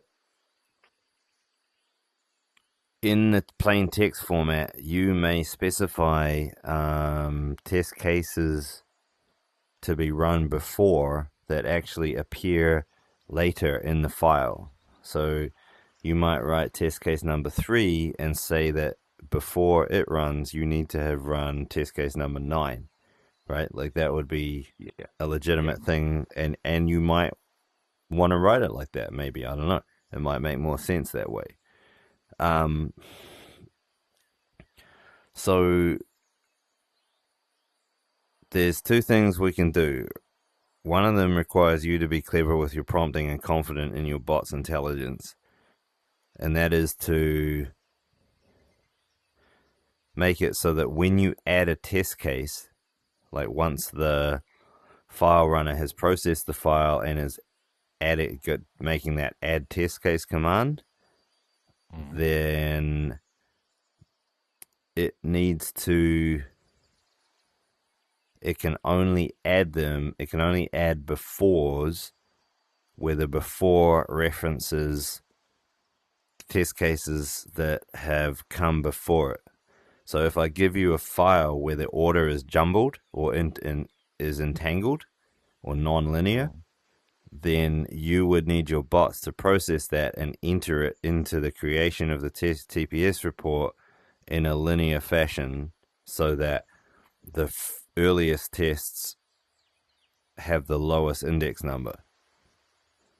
I can do that. Because otherwise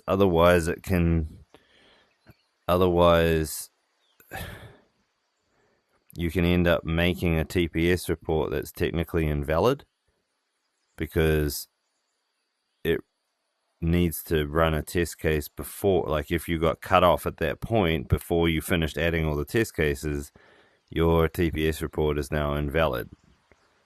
So right. Well, let's give an example of this. What I'd like to do is, okay, in the JSON cases, all cases. Okay, so case 1 is add John Doe, passes, happy days.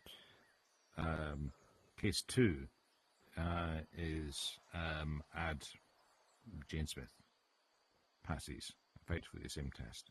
Fine. Test 3 is assume test 1 and 2 count the number of customers. I expect 2. So I got that. I got that. And batching of it. Now, what you're saying is you need the index to be correct. Now, what do I do about the index? Well, provided you wrote your files in a way that they progress linearly, then there is no problem there.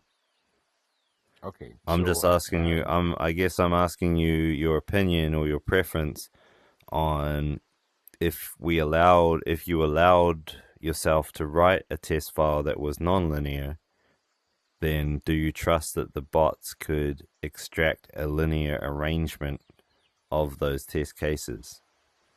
Yes, you can, but I may also want to put into the test case something that is a promise. I don't What? I don't have for async. So right, the previous example, and then I now want to create a driver, create Yep. a truck, create a schedule, and it's like that's one test case. I don't care if that's happened in parallel with the first test case, which is the one, one customer, one customer. Need to be two customers. Right. Like crack on with the drivers. Then But third are you case expecting? says, sorry, Are you expecting that in the final test case that you would have a collection of trucks, drivers, and customers, and yeah, you want to it's run like some tests on all of that, in right? order to do this case, Yeah. the first test case has to have completed.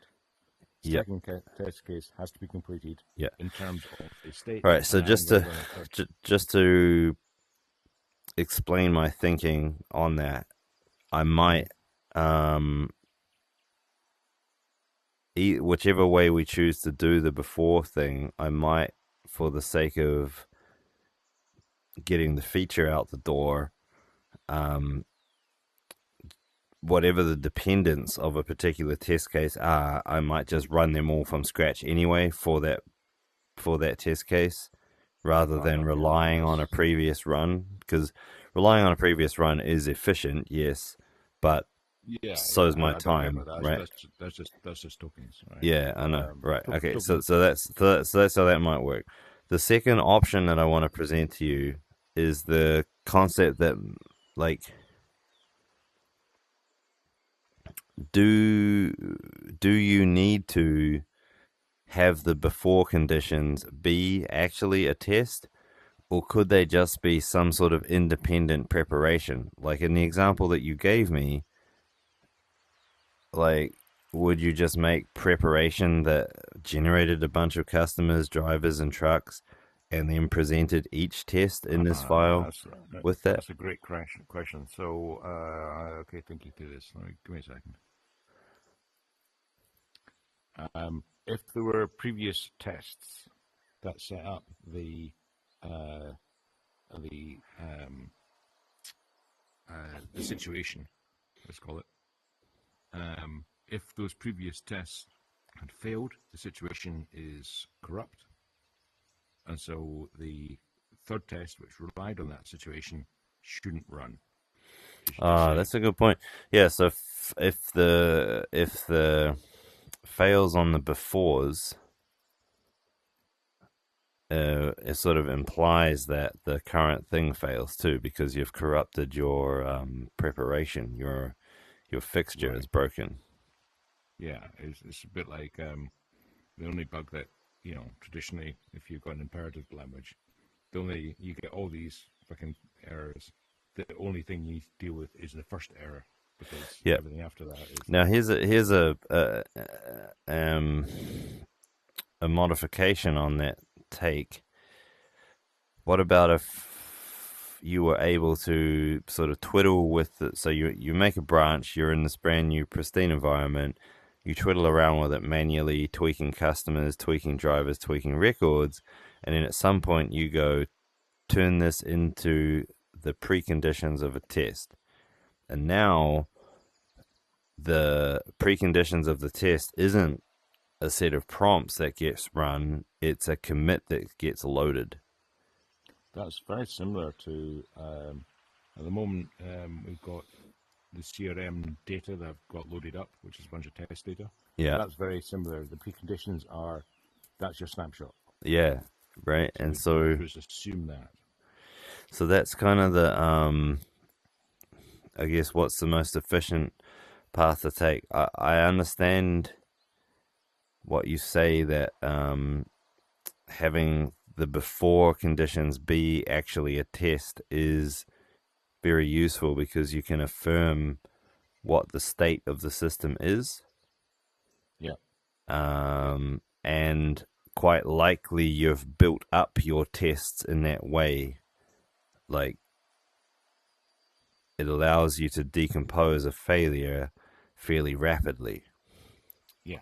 Yeah, Okay. precisely. And you are confident that I personally think that you should, as an author of the test file, only have tests depend on higher up tests as their befores, right? Like you couldn't open the file with test one depending saying that before and then point down to test 11. Like that seems wacky, Oh no, no, no, no, right? no. Yeah, no. Okay, so I will Because yeah, reflect that. I will reflect that alliance we have on proper form in the way that the TPS report gets loaded, whereby each time you add a new test case, your befores can only be from the list of test cases that have already been loaded into the test report. yeah, Yeah. yeah. Yeah. Because if you, it's nonsense if you think I'm going to do test one and it relies on test 11. Like, where did test 11 come from? Yeah, and then yeah, And it what's gets all its wacky there. befores? Yeah. Okay. Maybe 11 has a before on test one, and test one has a 11. before on Yeah, test yeah, 11. because that's the problem, right? If we allow that, then you can do Yeah, loops like forever. yeah, Like you can make 11 depend on 1 and 1 depend on 11 and all that. But yeah, if you only allow it to depend on higher tests, you can't make a loop. That's yeah, that's that's the nicest way to say what I was getting at. yeah. And then the other deeper question is that is my notion of requiring the bot to create the TPS report incrementally outdated, because it's only done that way because I couldn't get the bot to figure out how to do it in one hit. But I I wanted to make you aware of that. Well, given I don't know, I'll give you a start for 10 on that one. Given what we're talking about stocks, a TPS report, say if it was a folder, this is the run, and there's a file called 01 header, which is, here's the situation, and then the files are individual results of individual tests, as opposed to having it in one big file. Because that would make it easy for, it'd be simplistic to then sort through that, extract the fails, extract the successes. You could, you could even just Oh, so are you search saying it. that you would prefer the TPS report to be broken apart by individual things instead of this big lump that I Yeah, got here? yeah, because then I Oh can write a dear. bot that just, let's crawl this folder and, you know, extract the failures that have to do with customers. Oh dear. Also lends itself to what we were telling before, which is what your stack is. It's like your stack is basically a filter. Oh, right. Okay. Yeah, I see the problem then. So the TPS report was a completely arbitrary construction, and it, it actually impedes the isolation of stucks because it's a single file. Right. So the issue then is that where would you put it? Because this is the test folder. We would expect this folder to grow. If you're going to break apart the TPS report, then you're going to have to make a dedicated folder for router test.md. Yep. Yeah. Yep. Okay. I mean, a start for 10 would be a folder, rotor test folder, and then a date time stamp, and inside that, a header and individual files for each of the tests that were run. And then you run it again, and you get a new folder, new timestamp, because then what you can do is to look at, at the header, we've got what we were talking about before. We've got all the information to recreate that, but also we've got the possibility that you got a new environment entirely, and you can check against all the old bugs that have been hanging around for ages and see if you've accidentally fixed any of those. So how should I break this file up? There would be one JSON file that represented the summary of everything, Yep. then there would be one JSON file per test case, which included arbitrarily many iterations, right? Because it seems like Yep. one file per iteration doesn't make sense because, No, I think that's probably going too far. right, but one But file per test case, yeah, and then the iterations are just being added onto it, right? right. Okay, tell me again why you want that or why that's good. That's good because you can quite easily then filter through instead of having to parse what ultimately could be a massive file. You can very quickly parse through individual tests, and that individual test has its results and its context, which is the top level meta. So you can change the top level meta, rerun that test, and then compare just that test. Rerun the top level meta. What's the top level meta? The top level meta is so it's got the hash of the environment that you're running in, and your iterations, etc. You could just say, right, I don't want to rerun the entire test thing. I've made a change. I'm trying to fix this thing. For now, I just want to rerun Yeah, but that test why is 4. that is still enabled by having it in this one file. How is your use case there improved by breaking apart the file?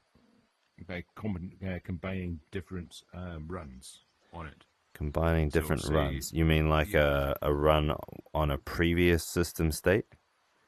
yeah. So Yeah, say if but you got I would also have that by using the Git history on on the big TPS report. I'm with you that I agree with breaking down the file, but what I need is to understand your reasons for doing it because they illustrate your perceptions of the system and what it should and shouldn't do. yeah. So My you could perceptions get really those come down previous you could into get those coding previous because runs off of commits, like the commit history. yeah, um, we could do, but well, here's our case, and maybe commit history is what we're doing, but having a bot saying, right, this test has failed the last 4 times we've run it, and I want to know what changes have been made because each environment I've changed a little bit, and it's like because it's a test, maybe one expectation has been met in one and not in the other, and it's maybe switched. It's like what's going on here. So it allows you to prompt without bringing the entire thing and getting the bot to consider stuff that is just I'm not interested in that right now. I'm just interested in this test. You can just say this test. Look through the last 2 weeks of me trying to fix this test. What am I doing wrong? Give me an idea. Right, but I could give the bot a set of tools that could read that file, um, only read the parts that are relevant to that particular test. Actually, I guess it is more efficient. It's less code if you can read it directly. So, is the efficiency then the fact that this file could grow to be incredibly large, and you might want to drill down with a bot on just a one particular test case, and if the cases were split out by file, then you don't need any extra tooling to help you process that file directly, and using the Git history, you very efficiently can walk the Git history of that case run. Yeah, yeah. That's really what you're asking, right? Yeah, exactly. And Okay. there's other ways of doing it. I mean, you could actually do this, in command line. Yeah, I'm just trying to there is a balance somewhere between having enough tooling to move forwards and having our tooling be polished. This, what you're asking, definitely feels like not a polished thing. It sounds like an essentials thing. What other Well, essentials things do you here's know of? here's a midway that you might want to consider. when the TPS report is generated, what would be handy would be it's in a folder, and you just timestamp it. 2024 09 everything's 1001, time stamped by the git and commit. then but at the moment, if I've run TPS, actually, not in this one, but if we rerun it, it's not easy to compare those three reruns. Am I making progress here? Right. So that's definitely git commits where you want to do that. So you need a tool to be able to haul up the history of that thing. Yeah. And I think that's in addition to the files, the set of files commands. The files isolate needs to give you that versions-based information. So you'd be like, this file, but 2 versions ago, or this file after Thursday. Yeah. Or, give me the test results for test 9 for router over the last 2 weeks. Yeah, that is definitely git commits. You were thinking, I think, of having file names so that your file system structure represented your historical runs. Is that correct? That's right. Yeah, okay. I would greatly prefer if we can work together. I'll give you a tool that gives you the history using Git, and then the current file structure just represents just that test file, and then you drill through the commits to get your versioning. Yeah, that's cool. So I can give you a couple examples of the sort of things I want to do. It's like I've been working on router for the last 2 weeks. Can you give me a summary of which tests first passed and now are failing, other ones that were failing and now passed? Okay, there you are. Can you give me the history over the last 2 weeks of test number 9, and look at the environments for each, and if one was passing and now is failing, can you isolate what in the environment I changed in order to make it fail? So for that last example, be like, I've got a failing test. I want you to go back in time to the last time it was not failing, and then I want you to compare the system state, i.e. the agent prompt, with the failing one from when it changed from failing to not to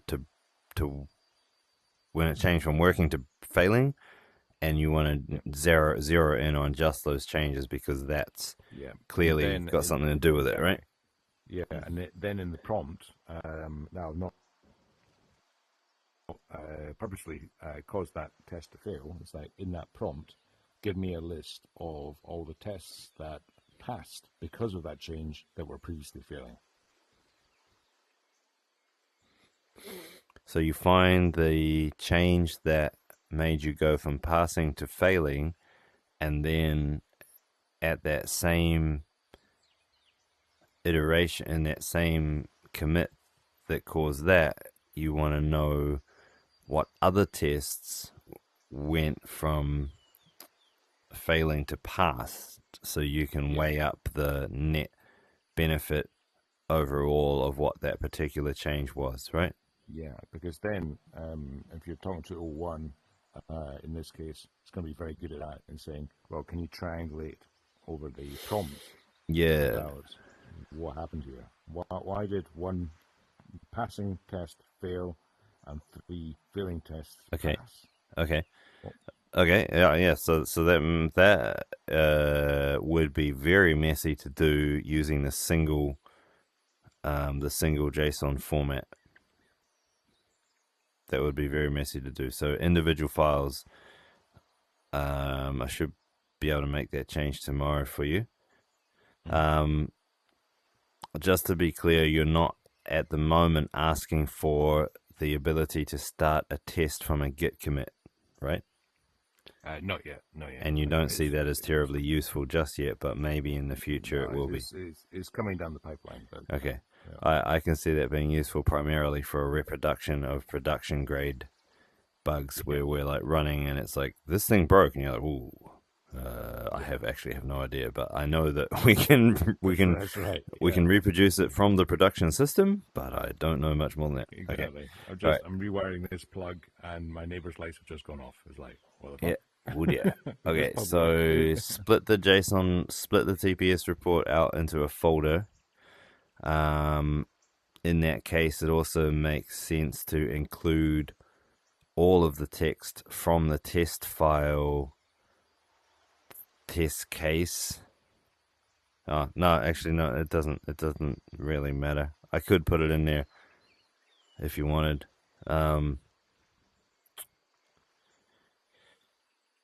Then split out the individual test cases into individual files. Give you a files isolate tool that lets you walk the commit history so that you can get previous versions and between dates and times and next and previous and those kinds of concepts. Give you the before functionality where before lists an arbitrary array of prior tests that will be run before the current test is run, inheriting the system state of each one. Yep. That's probably the biggest one at the moment. That's the biggest one at the moment, okay. What other requests have you got? Never thought you'd ask. Okay, so. Regretting that already.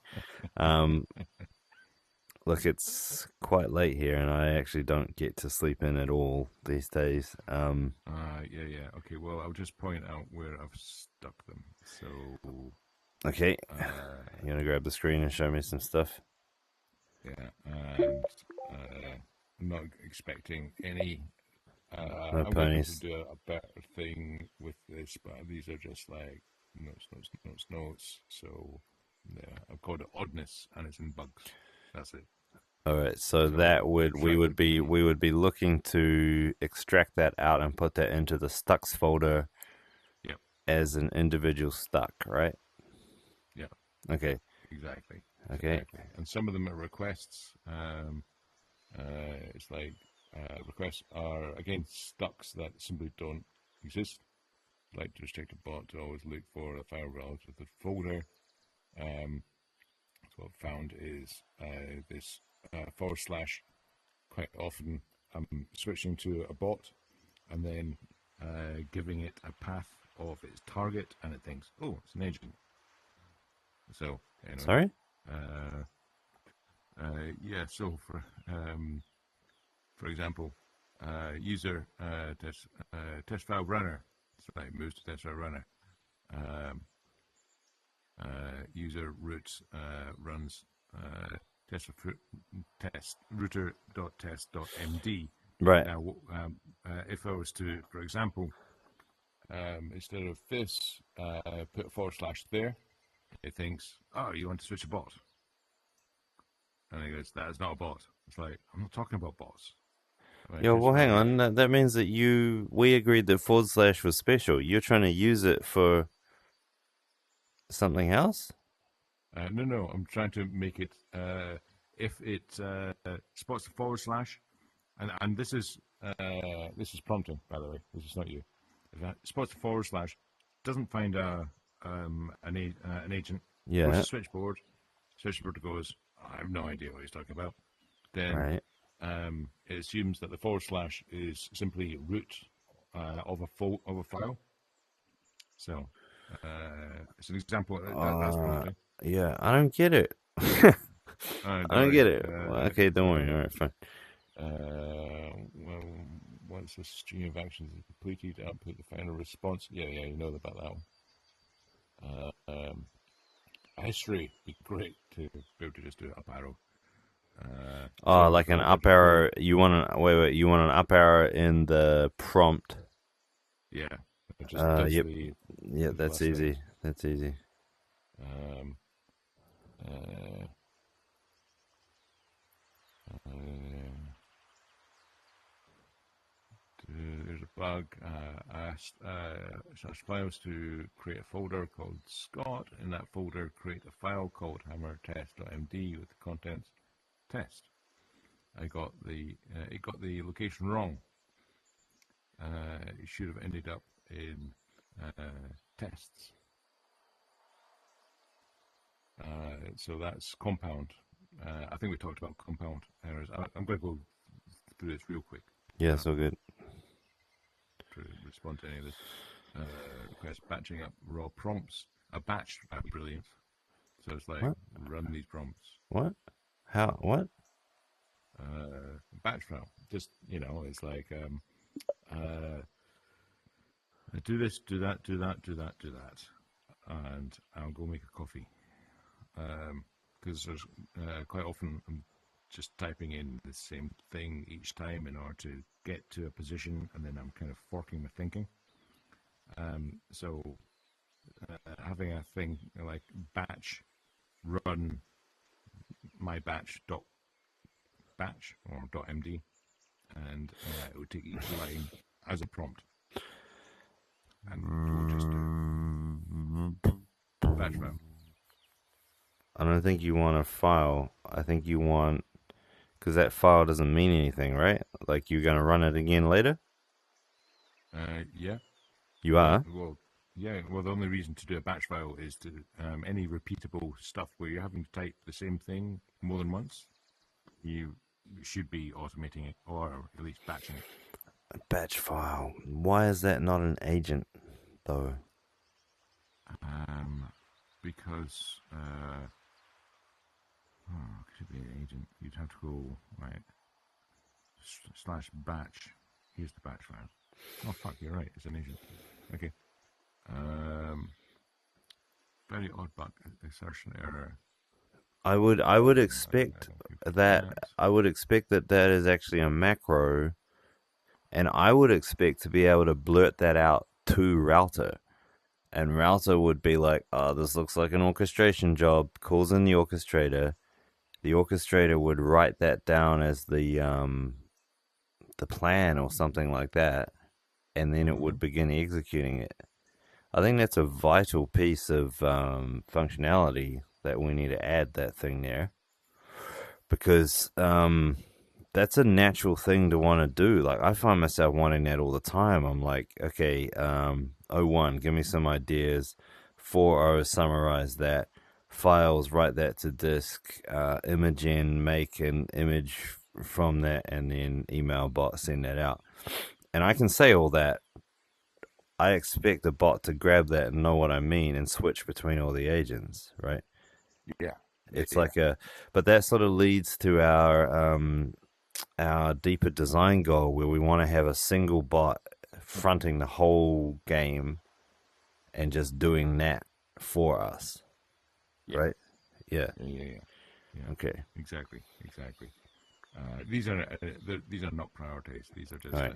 This is really good. So this is going to be, once you have the stuck generating function, each of these you'll basically you'll go into artifact, or you'll go into HAL, and you'll call up the stuckinator, and you'll pass it this file, and it will generate, a dozen stucks, right? Right. And then those are the things that we'll rally around. They don't have a repro right now, but you'll be able to attach a repro to it later. Like you'll work on a test and be like, I made this test, it relates to this stuck, and then it would connect it up somehow. Yeah, exactly. So at the moment, all the stocks, I'm just dumping in this oddness notes inside of bugs. Just so the point being, just to let you know that file exists. This is where I'm just sticking it. Okay. Text. It's like, and a lot of them are, it's a bit clunky, or some of them are, shit, that's actually not what's meant to happen. But This is effectively the Right, and so we would replace this file with a button in the UI where you would just hit it, and then the generation of a stuck would occur automatically and would attach the current thread commit so that we could yep, reproduce it with yeah and give you the opportunity to give you some narrative. It's like, why is this a stuck? It's like, yeah oh, what I meant to do was this yeah because it was yeah stuck. yeah, It and does so one that would thing. let you It's use the like, voice recognition, so you don't have to type. You just blurt out a bunch of stuff. It'd ask yeah, some clarifying questions about this, that, or the other thing, and then at the end, it's been distilled down to a reproduction and a pretty concise bunch of yeah, information about what you wanted to happen and what you were trying to do and all that, which will allow us to identify XY problem type of issues where your real problem was X, but you were trying to go about it by Y, and that's where your expectation was met. But if we had just stack. given you a way to solve X, then the whole thing goes away. And yeah, and then the beauty comes, of course, not yet, but it will. It's coming down the pipeline as well. Is all these that didn't do what I wanted it to do. And you got enough users, you get 100 of those. Let's get a bot to like condense them. It's like, well, Condense, yeah, some people condense, want to do that, condense. some people don't. That here's a middle ground that kind of suits most people most of the time. And Yeah, here's your yeah, extra yeah, stuff. yeah, yeah, yeah, right. So here's a stuck that would nail 70% of that. So maybe Yeah, do that. And then it would sort of split it out. Right. yeah, And that's when exactly. we start doing our expectations management using AI, which allows us to take on large numbers of people clicking the Yeah, button, and we're like crushing it with this bot, basically. yeah, yeah. And it can even be, you press a button and hey, nothing seems to be happening. It's halfway through. Yeah, you can go. "Er," Right. And it's like, okay, so this is taking too long. So Right. maybe we need to shorten it. If 1,000 people press the button, which Right. effectively says, here's what's happened, and let's do all these things. Well, it's probably because it was in each case it was going to complete, but it was going to complete after 30 seconds, and All right. other Yeah. people And pressed it then after 12 seconds. right. And then It's maybe like, finally I can spend some time tuning because enough yeah, people have complained. for example. Mm. Anyway, right, I just wanted to make you aware of that file, All right. Cool. and that's it. All right. Sweet. Have you had a chance to play with the image generator? No, I haven't. No, Oh, no. okay. It's quite fun. Um, this is yeah. So, can you redefine that to be a little more cyberpunk like, with more cogs, more darkness, and more pain? The bots here look like they're having way too much fun.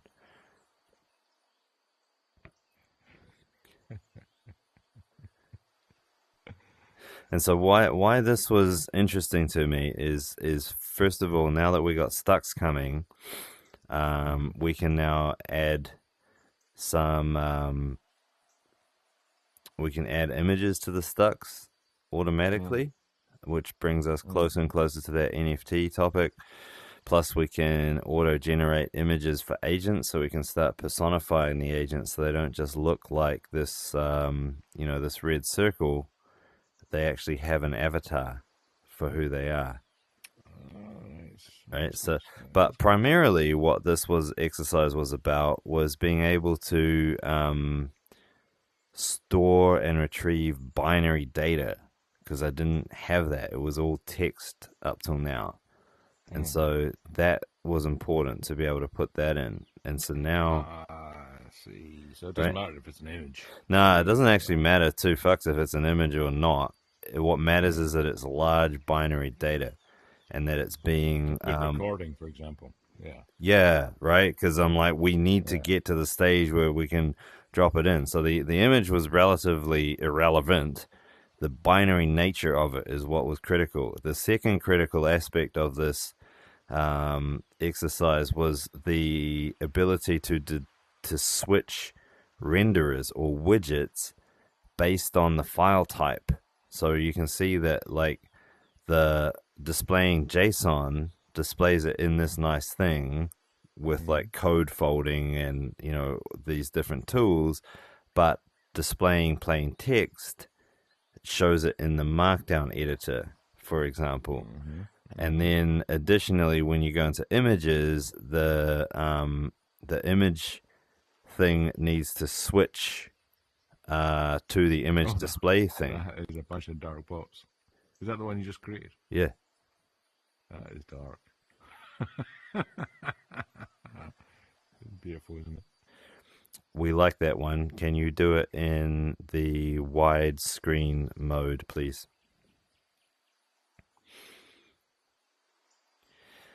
So yeah, that's what that was all about, really, and just further iterations on what the API behind the Stateboard is, because like it's relevant to see.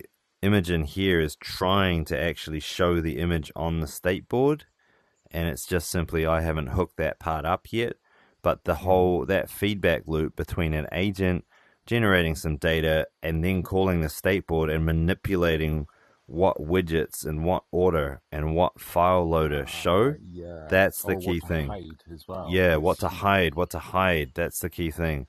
And so the aspects that I'm still working out how to do is like when I select something, it needs to show up in the prompt, so we got to get that reverse communication back from Stateboard into prompt world, and then also having buttons in the Stateboard that cause the prompt to do things feels almightily close.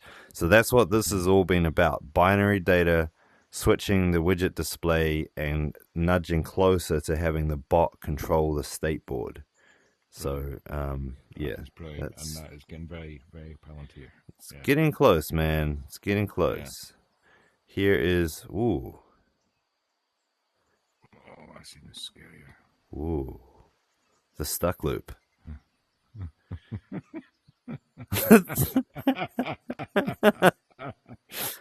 And everyone looking in the same direction going, you big bot at the side, you gotta fucking fix this. Thank you. The stuck loop. That's quite amusing. Okay. All right. Well, that's me, I think. That's me as well. What's the other thing I was going to say? No. It wasn't anything. Okay. All right. So I've now got past my last topic. Sorry? Last topic. I noticed a request in that file that you made earlier today that was complaining about if you're doing an operation that touches multiple files and then you fail or something goes awry, you're now left with the system in a sort of a halfway state. Yeah. And or it doesn't even have to be multiple files; it could be the same file if it fails. Yeah. So the deeper question is why did it fail? But the fact that we're intending the system to be used for experimentation sort of says that branches, we should be able to branch and have a topic. So the thread would stay constant, but the changes you were trying to make should be captured under a particular topic or task and then put in a branch so that you can do whatever until you're ready to save it back to either the thread or the home branch. And I just wonder if that method of operating shouldn't be what gets employed for interacting with the CRM at a distance. So you're in your home thread, you're interacting with the CRM at a distance on a topic in a branch, and it's only using the agents in that branch, but it's always proxied through your thread, which is your UI type of view. It's like the pretty view, and you're just interacting with that remote branch to do things to make the CRM move forwards, but you're actually not in a remote thread, as in not talking you human to CRM, you're talking human to Switchboard and Imogen and all those guys, but you're in a branch in the CRM that they are managing for you. I think that works. I agree with that. Okay. It doesn't quite touch on silent failures. Silent failures. So What are silent failures? an example, you remember last call, I was going, why, I can't remember the name of the field, it's like, why did it take elapsed, I think it was, Yep. 0. Yep. Yep. And it was because I was being, I was just being too rushed about it, and then I put in, I think, /files, which totally fucked up. Now, what would be helpful if in that model that you're doing is just to do a diff. It's like, what's just changed? So it's like, transfer $1,000 to John Doe. It's like, okay, right, do I merge? It's kind of just diff it, and it's like, Yeah. Yeah. So the branch, $100, yeah, not 1,000. right. The branch model allows you an extra step to confirm that the net result of all your activity is as you expect it to be, and it allows the recipient to trigger some logic or a bot to verify that the incoming data is all consistent. So, like, there's been no concurrent changes that conflict along the way. Yeah. It's consistent, coherent, and correct, isn't it? Right. It might be consistent and coherent, but incorrect. Right. So I just wanted to tell you about that so that you could start thinking about that, because I suspect that that's actually a better way to do things than having a remote branch, because it means that the CRM can be purely logic based and drone based, and we can focus on the conversion between different languages, different formatting styles, different things like that can be done in your home thread, and the CRM becomes less about formatting and presentation and purely about logical correctness and business rules. Yes, but also human error. Like you've got a keyboard that you spilt coffee on, and your 0 button is sticky, and you send out $1,000 instead of 100. So, right. But that's a bot thing. That's a summary. Okay. Before you go merge, it's right. Okay. Right. Yeah. Here's Right. The list of the merges. And here's a summary of what's going to change. Yeah. Yeah. Okay. And I'm going to have to. Sorry. I think I'm going to have to go because my storage is about to run out. Oh yeah. That's... a lot there.